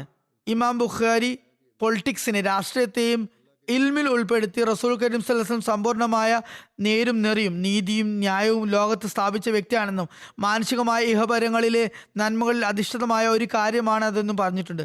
ഏതുപോലെ എന്നാൽ ഈസാ മസീഹ് തിരുനബിയെ കുറിച്ച് ഇപ്രകാരം പ്രവചനം ചെയ്യുകയുണ്ടായി: ആ സത്യാത്മാവ് വരുമ്പോൾ തന്നോടൊപ്പം പൂർണ്ണമായ സത്യനിഷ്ഠതയും കൊണ്ടുവരുന്നതാണ്. യോഹന്ന അധ്യായം 16:12. ഹദ്രത്ത് ഉമറിന്റെ സംഭവങ്ങൾ വായിക്കുമ്പോൾ ആ ശേഷിക്കുന്ന പാലിന്റെ യാഥാർത്ഥ്യം മനസ്സിലാക്കാൻ സാധിക്കും. അത് റസൂലുള്ളാഹി സ്വല്ലല്ലാഹു അലൈഹി വസല്ലമയുടെ ഐശ്വര്യത്തിൽ നിന്നുമാണ് അദ്ദേഹം പാനം ചെയ്തത്. ഹദ്രത്ത് മുസ്ലിം റളിയല്ലാഹു പറയുന്നു, റസൂൽ കരീം സ്വല്ലല്ലാഹു അലൈഹി വസല്ലമിന്റെ സമക്ഷം ഒരിക്കൽ ഹദ്രത്ത് ഉമർ സ്വപ്നത്തിൽ തനിക്ക് പാലിന്റെ ഒരു ചഷകം ലഭിച്ചതായി വിവരിക്കുകയുണ്ടായി. അപ്പോൾ തിരുനബി സ്വല്ലല്ലാഹു അലൈഹി വസല്ലം പറഞ്ഞു, അതുകൊണ്ടുള്ള വീഴ്ച ഇൽമാണ്, ജ്ഞാനമാണ്. ഹദ്രത്ത് അബൂ സയ്യിദ് ഖുദ്രി നിവേദനം ചെയ്യുന്നു, ഞാൻ റസൂൽ കരീം സ്വല്ലല്ലാഹു അലൈഹി വസല്ലം ഇങ്ങനെ പറയുന്നതായി കേട്ടു: ഞാൻ നിദ്രയിലായിരുന്നു. ആ സമയത്ത് ഒരു കൂട്ടം ജനങ്ങൾ എൻ്റെ മുമ്പാകെ കൊണ്ടുവരപ്പെട്ടു. അവർ കമീസ്, മേൽക്കുപ്പായം ധരിച്ചിരുന്നു. എന്നാൽ അവരിൽ ചിലരുടെ വസ്ത്രം നെഞ്ചുവരെ മാത്രമേ ഉണ്ടായിരുന്നുള്ളൂ, ചിലരുടെ അതിലും താഴെ അങ്ങനെ പോയിരുന്നു. എനിക്ക് മുമ്പാകെ ഹദ്രത്ത് ഉമറിനെ കൊണ്ടുവരപ്പെട്ടു. അദ്ദേഹത്തിന്റെ മേലാട എത്രത്തോളം നീണ്ടതായിരുന്നാൽ അത് നിലത്ത് ഉരസുന്നുണ്ടായിരുന്നു. സഹാബാക്കൾ ചോദിച്ചു, അതിൽ നിന്ന് താങ്കൾ എന്താണ് വിവക്ഷ എടുത്തിരിക്കുന്നത്? തിരുനബി പറഞ്ഞു, ദീൻ എന്നാണ് അതിന്റെ വിവക്ഷ. റസൂൽ കരീം സ്വല്ലല്ലാഹു അലൈഹി വസല്ലം ഒരു സന്ദർഭത്തിൽ വിവിധ സഹാബാക്കളുടെ സവിശേഷതകൾ വിവരിക്കുകയായിരുന്നു. ഹദ്രത്ത് ഉമർ റളിയല്ലാഹുവിനെ കുറിച്ച് പറഞ്ഞു, എന്റെ സമുദായത്തിൽ ദീനിൽ ഏറ്റവും കൂടുതൽ സുദൃഢതയുള്ളത് ഉമറിനാണ്. ഹദ്രത്ത് മാലിക് ബിൻ അഖ്വാലിൽ നിന്നും നിവേദനം, ഹദ്രത്ത് ഉമർ പറഞ്ഞു, നിങ്ങളുടെ വിചാരണ നടക്കുന്നതിന് മുമ്പ് നിങ്ങൾ ആത്മപരിശോധന നടത്തുക. കാരണം അത് നിങ്ങൾക്ക് കൂടുതൽ എളുപ്പമുള്ള കാര്യമായിരിക്കും. അല്ലെങ്കിൽ നിങ്ങളുടെ കണക്കെടുപ്പിന് കൂടുതൽ എളുപ്പമുള്ള കാര്യമായിരിക്കും. അതുപോലെ നിങ്ങൾ നിങ്ങളുടെ ആത്മാവിനെ അളന്നു നോക്കുക, നിങ്ങളെ മൊത്തമായി അളന്ന് പരിശോധിക്കുന്നതിന് മുമ്പായി. എല്ലാറ്റിലും ഉപരിയായി ഏറ്റവും വലിയ വിചാരണക്കായി നിങ്ങൾ തയ്യാറാവുക. യൗമഇദിൻ തുറസൂന ലാ തഖ്ഫാ മിൻകും ഖാഫിയ, അതായത് ഒരു ഗോപ്യമായ സംഗതിയും ഗോപ്യമായി ഇരിക്കാതെ എല്ലാം രഹസ്യം വെളിപ്പെടുന്ന നാളിൽ നിങ്ങൾ വിചാരണക്കായി കൊണ്ടുവരപ്പെടുന്നതാണ്. ഹസ്രത്ത് ഹസൻ ഹസ്രത്ത് ഉമറിനെ അനുസ്മരിച്ചുകൊണ്ട് പറയുന്നു, അള്ളാഹു ആണ്, അദ്ദേഹം ഇസ്ലാം സ്വീകരിക്കുന്നതിൽ പ്രഥമനായിരുന്നില്ലെങ്കിലും, ആദ്യകാലത്തുള്ള ആളായിരുന്നില്ലെങ്കിലും, അള്ളാഹുവിന്റെ മാർഗത്തിൽ ഏറ്റവും അധികം ചെലവഴിക്കുന്നതിൽ ഏറ്റവും ശ്രേഷ്ഠനായിരുന്നില്ലെങ്കിലും, ലോകത്തോടുള്ള വിരക്തിയിലും ദൈവകൽപ്പനകൾ നടപ്പിലാക്കുന്നതിലുള്ള കർശനതയിലും അദ്ദേഹം ജനങ്ങളിൽ ഏറ്റവും മുമ്പന്തിയിലായിരുന്നു. ദൈവകൽപ്പനകൾ പാലിക്കുന്ന കാര്യത്തിൽ കാർക്കശ്യം കാണിക്കുന്നതിലും എല്ലാവരെക്കാൾ അദ്ദേഹം മുൻകടന്നിരുന്നു. അതുപോലെ അള്ളാഹുവിന്റെ കാര്യത്തിൽ ആരുടെയും പരിഹാസത്തെയോ കുത്തുവാക്കുകളൊന്നും അദ്ദേഹം വകവെച്ചിരുന്നില്ല, ഭയന്നിരുന്നില്ല.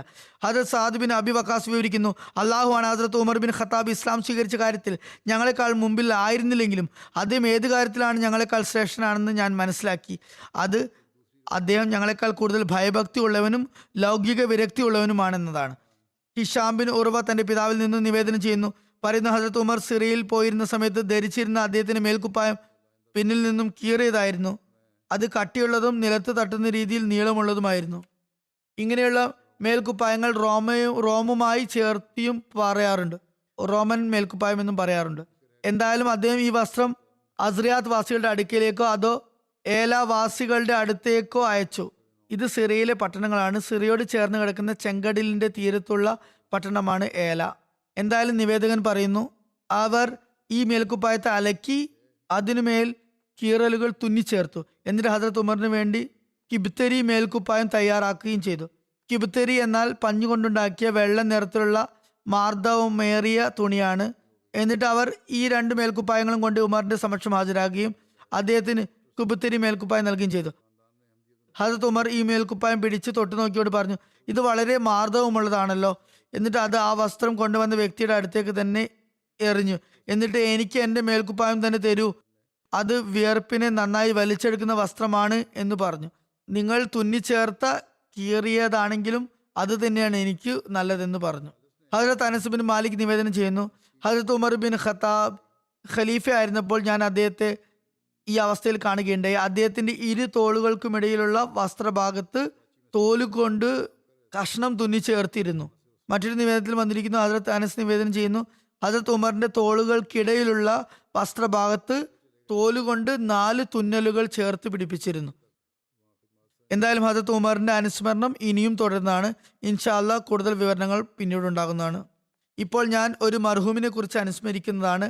ഇൻഷാ അല്ലാഹ് ജുമാ നമസ്കാര ശേഷം അദ്ദേഹത്തിന്റെ ജനാസയും നമസ്കരിപ്പിക്കുന്നതായിരിക്കും. ഡോക്ടർ താസിർ മുജ്തബ സാഹിബിനെയാണ് ഞാൻ അനുസ്മരിക്കുന്നത്. അദ്ദേഹം ഫസ്ലെ ഉമർ ഹോസ്പിറ്റലിലെ ഡോക്ടറായിരുന്നു. കഴിഞ്ഞ ദിവസം 70-ാമത്തെ വയസ്സിൽ അദ്ദേഹം വഫാത്തായി. ഇന്നാ ലില്ലാഹി വ ഇന്നാ ഇലൈഹി റാജിഊൻ. പല രോഗങ്ങളും ഉണ്ടായിരുന്നെങ്കിലും പെട്ടെന്നാണ് അദ്ദേഹത്തിന്റെ ആരോഗ്യം മോശമായി കണ്ടത്. അതിനുശേഷം താമസിയാതെ വളരെ വഷളാവുകയും തുടർന്ന് വഫാത്താവുകയുമാണ് ഉണ്ടായത്. ഇന്നാ ലില്ലാഹി വ ഇന്നാ ഇലൈഹി റാജിഊൻ. ഡോക്ടർ സാഹിബിന്റെ കുടുംബത്തിൽ അദ്ദേഹത്തിന്റെ പിതാവിന്റെ കസിൻ സയ്യിദ് ഫഖറുൽ ഇസ്ലാം സാഹിബ് സഹാബി ഹജറത്ത് മസീഹ് ഇസ്ലാം മുഖേനയാണ് അഹമ്മദിയത്തിന് തുടക്കം കുറിച്ചത്. ഡോക്ടർ താസിർ മുജ്തബ സാഹിബിന്റെ പിതാവ് ഗുലാം മുജ്തബ സാഹിബ് വിദ്യാർത്ഥി ആയിരിക്കെ 1938 ബൈത്ത് ചെയ്ത് അഹമ്മദി ആകുകയാണ് ഉണ്ടായത്. ഖലീഫത്തുൽ മസീഹ് സാലിസ് നുസ്രത് ജഹാൻ സ്കീമിന്റെ കീഴിൽ വഖഫിന് ആഹ്വാനം ചെയ്തപ്പോൾ അദ്ദേഹത്തിന്റെ പിതാവ് ഗുലാം മുജ്തബ സാഹിബ് കറാച്ചിയിൽ സിവിൽ സർജനായി സേവനമനുഷ്ഠിക്കുകയായിരുന്നു. ഈ ആഹ്വാനം കേട്ടതും അദ്ദേഹം അവിടെ നിന്ന് പെൻഷൻ പറ്റി വഖഫ് ചെയ്തുകൊണ്ട് 1970 ആഫ്രിക്കയിലേക്ക് പോയി. 1999 വരെ അവിടെ സേവനമനുഷ്ഠിച്ചു. ഘാനയിലും നൈജീരിയയിലും സെറലിയോണിലുമായി സേവനമനുഷ്ഠിക്കുകയുണ്ടായി.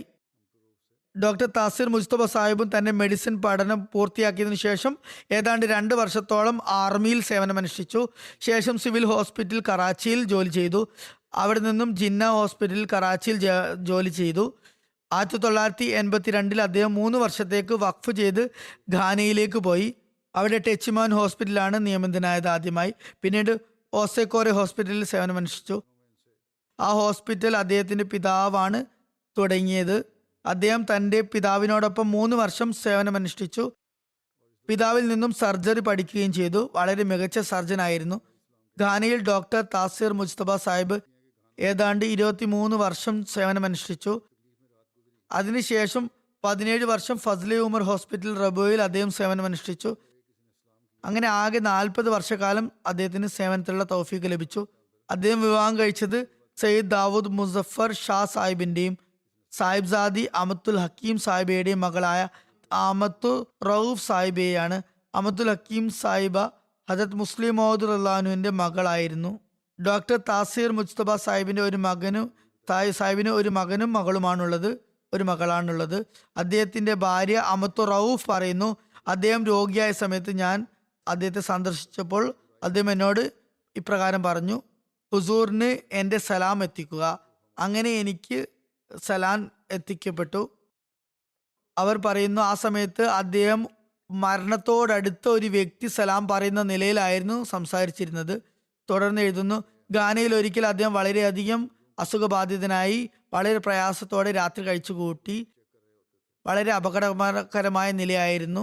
ഫജറിന്റെ സമയത്ത് എന്നോട് പറഞ്ഞു, ആരും എന്നോട് സലാം ചൊല്ലിയിട്ടുണ്ട്, ആരാണെന്ന് പോയി നോക്കുക. അപ്പോൾ ഞാൻ പറഞ്ഞു, വാതിലെല്ലാം അടച്ചിട്ടാണുള്ളത്, ആർക്കും അകത്ത് വരാൻ സാധിക്കില്ല.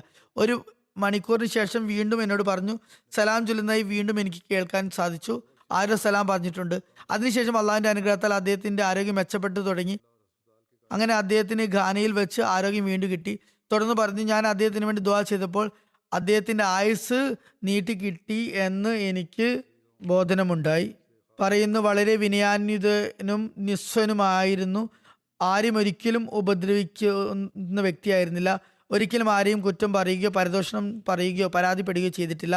ആരെങ്കിലും തെറ്റ് ചെയ്തത് കണ്ടാൽ കൂടി മൗനം പാലിച്ചിരുന്നു.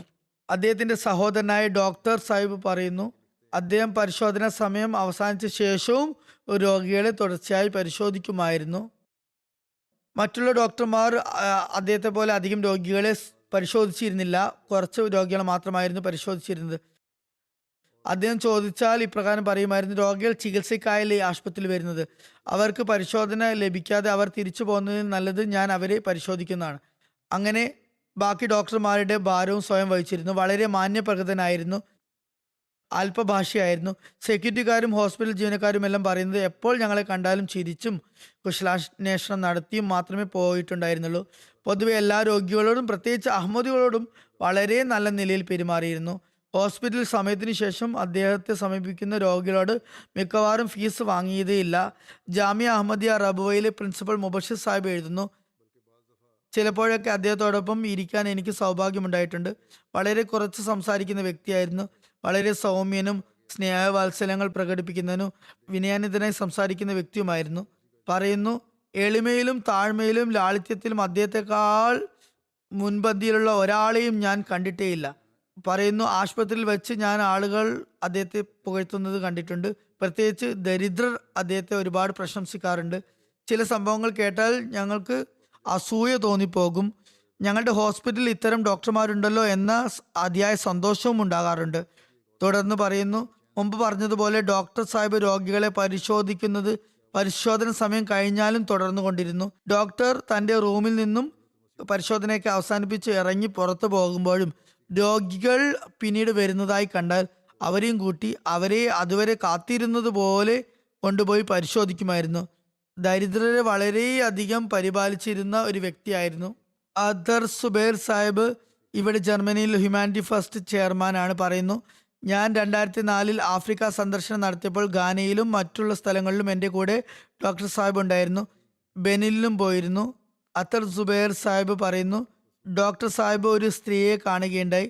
അവർക്ക് എന്തോ അസ്വസ്ഥത ഉള്ളതായി തോന്നി. ഡോക്ടർ സാഹിബ് എന്നോട് പറഞ്ഞു, അവരോട് കാരണം ചോദിക്കാൻ പറഞ്ഞു. അവർ പറഞ്ഞു: ഞാൻ ഖലീഫത്തുൽ മസീനെ കാണാൻ വന്നതായിരുന്നു.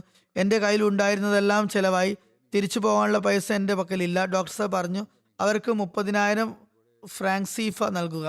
പറയുന്ന ആ സമയത്ത് ഈ തുക ഒരു സാധാരണക്കാരൻ്റെ ഒരു മാസത്തെ ശമ്പളത്തിന് തുല്യമായിരുന്നു. ഡോക്ടർ സാഹിബ് പെട്ടെന്ന് തന്നെ അത് നൽകുകയുണ്ടായി. ഹനീഫ് മഹമ്മൂദ് സാഹിബും എഴുതുന്നു: വളരെ മിതവ്യയനും വിനയാന്യുതനുമായി കാണപ്പെട്ടിരുന്നു. വഖഫ് ചെയ്തവരെ വളരെ സ്നേഹത്തോടെ കണ്ടിരുന്നു, നല്ലവണ്ണം പെരുമാറിയിരുന്നു. ഒരിക്കൽ അദ്ദേഹത്തിൻ്റെ ഭാര്യ രോഗിയായി. അപ്പോൾ അദ്ദേഹം ചികിത്സിച്ചു. മാത്രമല്ല, ഞങ്ങൾ അഭിപ്രായം ആരായുന്നതിന് വേണ്ടി മാത്രമായിരുന്നു പോയിരുന്നത്, പരിശോധിക്കാൻ വേണ്ടി പോയതായിരുന്നില്ല. അദ്ദേഹം ചോദിച്ചു, ടോക്കൺ എടുത്തിട്ടുണ്ടോ? ഞങ്ങൾ പറഞ്ഞു, ടോക്കൺ ഒന്നും എടുത്തിട്ടില്ല. അദ്ദേഹം തൻ്റെ സഹായിയെ പെട്ടെന്ന് തന്നെ വിളിച്ചു. തൻ്റെ കയ്യിൽ നിന്ന് 100 രൂപ എടുത്ത് ടോക്കൺ എടുപ്പിച്ചു വരാൻ പറഞ്ഞു. ഞങ്ങൾ പറഞ്ഞു, എത്ര പറഞ്ഞിട്ടും ഞങ്ങളിൽ നിന്ന് പൈസ വാങ്ങിയില്ല. പറയുന്നു: വളരെ നിഷ്കളങ്കമായ മുഖമായിരുന്നു അദ്ദേഹത്തിൻ്റെത്. മനുഷ്യരൂപം പൂണ്ട ഒരു മലക്കായിരുന്നു അദ്ദേഹം. മൗനപ്രകൃതക്കാരനായിരുന്നു. മസ്ജിദ് മുബാറക്കിലും നമസ്കരിക്കാൻ വരുമ്പോൾ വളരെ നിശബ്ദതയോടുകൂടി വന്ന് ദീർഘനേരം നമസ്കരിക്കുമായിരുന്നു. ഡോക്ടർ മുസഫർ ചൗധരി സാഹിബ് ജിയോളജിസ്റ്റ് ഇവിടെ UK താമസിക്കുന്നത്. അദ്ദേഹം അവിടെ വഖഫ് അർജിക്ക് വേണ്ടി പോകാറുണ്ട്. പറയുന്നു: വളരെ മൗനപ്രകൃതൻ, വളരെ അനുകമ്പമുള്ള ആള്, അതുപോലെ സഹതാപമുള്ള ആളുമായിരുന്നു. ജനങ്ങളെ സഹായിക്കുന്നതിന് വേണ്ടി പുതിയ പുതിയ കാര്യങ്ങൾ പഠിക്കുന്നതിൽ തൽപരനായിരുന്നു. പറയുന്നു: ഞാൻ വഖഫ് അർജിക്ക് വേണ്ടി പോയപ്പോൾ അദ്ദേഹത്തിൻ്റെ ഓഫീസിൽ ഇരിക്കുമായിരുന്നു. അദ്ദേഹത്തിൻ്റെ കസേരയിൽ എന്നെയും ഇരുത്തുമായിരുന്നു. ഞാൻ എത്ര നിർബന്ധിച്ചാലും അദ്ദേഹം മറ്റെവിടെയെങ്കിലും പോയി ഇരിക്കുമായിരുന്നു. വക്കീൽ മാൽ അവൽ താരീഖ് ജദീദ് റബ്വ ലുക്മാൻ സാഹിബ് പറയുന്നു: ഒരുപാട് ഗുണഗണങ്ങളുള്ള വ്യക്തിയായിരുന്നു. ധനത്യാഗത്തോട് പ്രത്യേകമായ താല്പര്യമായിരുന്നു. പാകിസ്ഥാനിൽ വന്നത് മുതൽ തഹരീഖ് ജദീദിന്റെ ചന്ത വിളംബരം നടത്തിയ ഉടൻ തന്നെ എല്ലാ വർഷവും ആദ്യഘട്ടത്തിൽ തന്നെ സ്വയം ഓഫീസ് വന്ന് ദഫ്തർ മാൽ അവലിൽ വന്ന് അടച്ചിരുന്നു. ഡോക്ടർ എന്നത് അദ്ദേഹത്തിൻ്റെ ഡിഗ്രി ആയിരുന്നെങ്കിൽ കൂടിയും അദ്ദേഹം എപ്പോഴും എല്ലാ സമയവും മാനസിക സേവനം തൻ്റെ ആത്യന്തിക ലക്ഷ്യമായി കണ്ടിരുന്നു. അലോപ്പതി കൂടാതെ ആവശ്യം വന്നാൽ ഹോമിയോ ചികിത്സയും നടത്തിയിരുന്നു. അല്ലാതെ മറ്റൊരു ചികിത്സയും സ്വീകാര്യയോഗ്യമല്ല എന്നൊരിക്കലും പറഞ്ഞിരുന്നില്ല. ഡോക്ടർ നഈം സാഹിബ് ഇപ്പോൾ ഹോസോകോറെ ഹോസ്പിറ്റൽ ഇൻചാർജ് ആണ്. അദ്ദേഹം പറയുന്നു: മിഷണറി ഇൻചാർജ് ഡോക്ടറായി അദ്ദേഹം 21 വർഷം സേവനമനുഷ്ഠിക്കുകയുണ്ടായി ഹോസോകോറെ ഹോസ്പിറ്റലിൽ. ഇന്ന് അദ്ദേഹത്തിൻ്റെ വഫാത്തിൻ്റെ വാർത്ത അറിഞ്ഞതിൽ ആ പ്രദേശത്തെ ഒരുപാട് സാധാരണക്കാർ അങ്ങോട്ട് വന്നു. അവർക്ക് ഡോക്ടർ സാഹിബുമായി വളരെ നല്ല ബന്ധമായിരുന്നു. പ്രത്യേകമായ നിലയിൽ അവർ തങ്ങളുടെ അനുശോചനം രേഖപ്പെടുത്തി. പറയുന്നു: ഡോക്ടർ സാഹിബ് വളരെ ലളിതമായ പ്രകൃതക്കാരനായിരുന്നു, മിതഭാഷിയായിരുന്നു. തൻ്റെ ജോലിയിൽ വ്യാപൃതനായിരുന്ന ആളായിരുന്നു. ദരിദ്രരെ ഒരുപാട് സഹായിച്ചിരുന്ന വ്യക്തിയായിരുന്നു. വളരെ വലിയ അതിഥി സൽക്കാര പ്രിയനായിരുന്നു. അദ്ദേഹത്തിന് ഭൗതിക അറിവ് കൂടാതെ ജമാഅത്തി ഗ്രന്ഥങ്ങളും ഹദരത്ത് മസീഹ് ഇസ്ലാമിന്റെ ഗ്രന്ഥങ്ങൾ പാരായണം ചെയ്യുന്നതിലേക്കും നല്ല ശ്രദ്ധയുണ്ടായിരുന്നു. വീണ്ടും ഡോക്ടർ സാഹിബ് എഴുതുന്നു, ഡോക്ടർ സാഹിബ് അഹമ്മദിയ ഹോസ്പിറ്റലിൽ ഹൊസെക്കോറയിൽ സർജറിയുടെ മേഖലയിൽ നിസ്സംശയം വളരെ വലിയ സേവനമാണ് കാഴ്ചവെച്ചത്. അതിന്റെ ഫലമായി ഇന്നും ഒരുപാട് രോഗികൾ പടിഞ്ഞാറ് ആഫ്രിക്കയിൽ നിന്ന് ഈ ഹോസ്പിറ്റലിൽ ചികിത്സ തേടി വരാറുണ്ട്. അവരുടെ സാധാരണ ആഫ്രിക്കൻ ഭാഷയിൽ അവരുടെ ലോക്കൽ ലാംഗ്വേജിൽ മുസ്തബയെ കുറിച്ച് വിവരിക്കുന്നു, അദ്ദേഹത്തെ അനുസ്മരിക്കുന്നു. താസിർ മുസ്തബ എന്നാണ് പേര്, എന്നാൽ ഡോക്ടർ മുസ്തബ എന്ന പേരിലാണ് അറിയപ്പെട്ടിരുന്നത്. അദ്ദേഹത്തിന്റെ പിതാവും കുറച്ചു വർഷം ഇവിടെ നിന്നിരുന്നു. അതേ പേരിൽ തന്നെയാണ് അറിയപ്പെട്ടിരുന്നത്. ആ പേര് തന്നെ അദ്ദേഹത്തിൻ്റെത് തുടർന്നു, ഡോക്ടർ മുസ്തബ എന്നത് പിതാവിന്റെ പേര്.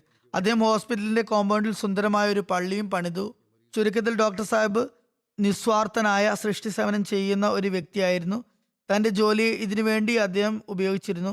ഇദ്ദേഹത്തിന്റെ പിതാവിലും ഇദ്ദേഹത്തിലും ഞാൻ സ്വയം നേരിട്ട് കണ്ട ഒരു പ്രത്യേകതയാണ്, രോഗികളെ ചികിത്സിക്കുന്നതിന് പുറമെ ദരിദ്രരായ രോഗികൾക്ക് സൗജന്യമായി മരുന്നും അതുപോലെ ഭക്ഷണത്തിലുള്ള തുകയും അവർ നൽകിയിരുന്നു. മാത്രമല്ല മുട്ടയും പാലും അവിടെ വാങ്ങി വെച്ചിരുന്നു. രോഗികളെ പരിശോധിക്കുമ്പോൾ നിങ്ങൾക്ക് ക്ഷീണം മാറ്റാൻ ഇത് അത്യാവശ്യമാണെന്ന് പറഞ്ഞ് അവർക്ക് അത് കൊടുക്കുമായിരുന്നു. മരുന്ന് സൗജന്യമായി നൽകിയിരുന്നു, അതുപോലെ ഭക്ഷണ സാധനങ്ങൾ നൽകിയിരുന്നു. നിങ്ങളുടെ ആരോഗ്യം നന്നാവുന്നതിന് ഇത് ഉപയോഗിക്കുക എന്ന് പറഞ്ഞിരുന്നു. ഡോക്ടർ ഗുലാം മുസ്തബയും ഗാനയിൽ വലിയ സേവനം അനുഷ്ഠിച്ചിട്ടുണ്ട്. എന്നാൽ ഡോക്ടർ താസിർ മുസ്തബ ആ പ്രവൃത്തി ഒരുപാട് പുരോഗമിപ്പിക്കുകയുണ്ടായി, മുന്നോട്ട് കൊണ്ടുപോവുകയുണ്ടായി. അദ്ദേഹത്തെ പ്രശംസിച്ചിരുന്ന ഒരുപാട് ഗാന നിവാസികളെ എനിക്ക് നേരിട്ടറിയാം. ഏതായാലും അദ്ദേഹം യഥാർത്ഥ രീതിയിൽ വഖഫ് ചെയ്ത് സേവനം അനുഷ്ഠിക്കുകയുണ്ടായി. വാഖഫിനെ സിന്ധികൾ അങ്ങോട്ട് പോകുമ്പോൾ പ്രത്യേകമായി അവരെ അദ്ദേഹം ശ്രദ്ധിച്ചിരുന്നു, അവരെ ചികിത്സിച്ചിരുന്നു. തൻ്റെ വീട്ടിൽ അവരെ അതിഥികളായി വച്ചിരുന്നു. ഹദ്രത്ത് ഖലീഫത്തുൽ മസീഹ് റാബി റഹിമഹുല്ല സന്ദർശനം നടത്തിയപ്പോൾ അദ്ദേഹവും ഇദ്ദേഹത്തിന്റെ വീട്ടിൽ തന്നെയാണ് താമസിച്ചിരുന്നത്. അതിഥി സൽക്കാരം അദ്ദേഹത്തിന്റെ പ്രത്യേക ഗുണമായിരുന്നു. അദ്ദേഹം ഹനിസാബ് എഴുതുന്നു, അദ്ദേഹം മുസ്തഫ സാബ് ഒരു മലക്കായിരുന്നു. മനുഷ്യരെ പോലെ അങ്ങോട്ടും ഇങ്ങോട്ടും നടന്ന് കാണപ്പെട്ട ഒരു ആൾരൂപം പൂണ്ട മലക്കായിരുന്നു. അള്ളാഹു അദ്ദേഹത്തെ റഹ്മത്ത് കൊണ്ട് മൂടട്ടെ, പദവികൾ ഉയർത്തുമാറാകട്ടെ. അതിഥി സൽക്കാരത്തെ പറ്റി ഇതും കൂടി പറയട്ടെ. അതിഥി സൽക്കാരം ഒരാൾക്ക് ചെയ്യാൻ സാധിക്കുന്നത് വീട്ടിലെ സ്ത്രീകൾ അത് ചെയ്യുമ്പോഴാണ്. അദ്ദേഹത്തിന്റെ ഭാര്യയും വളരെ അധികം അതിഥി സൽക്കാര പ്രിയായിരുന്നു. വളരെയധികം സേവനം ചെയ്യുന്ന സ്ത്രീയായിരുന്നു. അവരുടെ ആരോഗ്യത്തിന് വേണ്ടിയും ആയുസ്സിന് വേണ്ടിയും ദുആ ചെയ്യുക. അള്ളാഹ് അവരുടെ ആയുസ്സിലും ആരോഗ്യത്തിലും അനുഗ്രഹം ചൊരിയട്ടെ. അവരുടെ മക്കൾക്കും അവരുടെ നന്മകൾ തുടർന്ന് കൊണ്ടുപോകാനുള്ള തൗഫീക്ക് നൽകട്ടെ. അവർക്കും അവരുടെ മാതാവിനെ സേവനം ചെയ്യാനുള്ള തൗഫീക്ക് ലഭിക്കട്ടെ.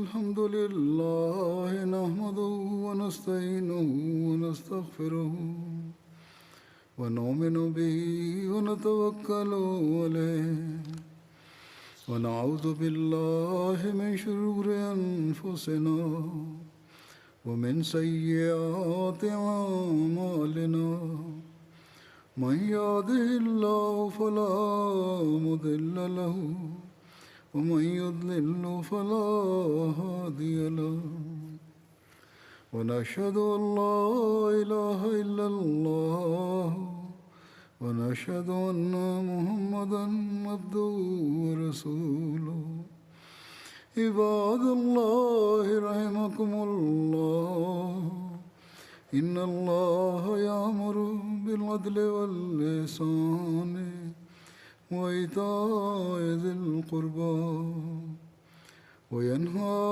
عن الفحشاء والمنكر والبغي يعظكم لعلكم تذكرون اذكروا الله يذكركم وادعوه يستجب لكم ولذكر الله أكبر.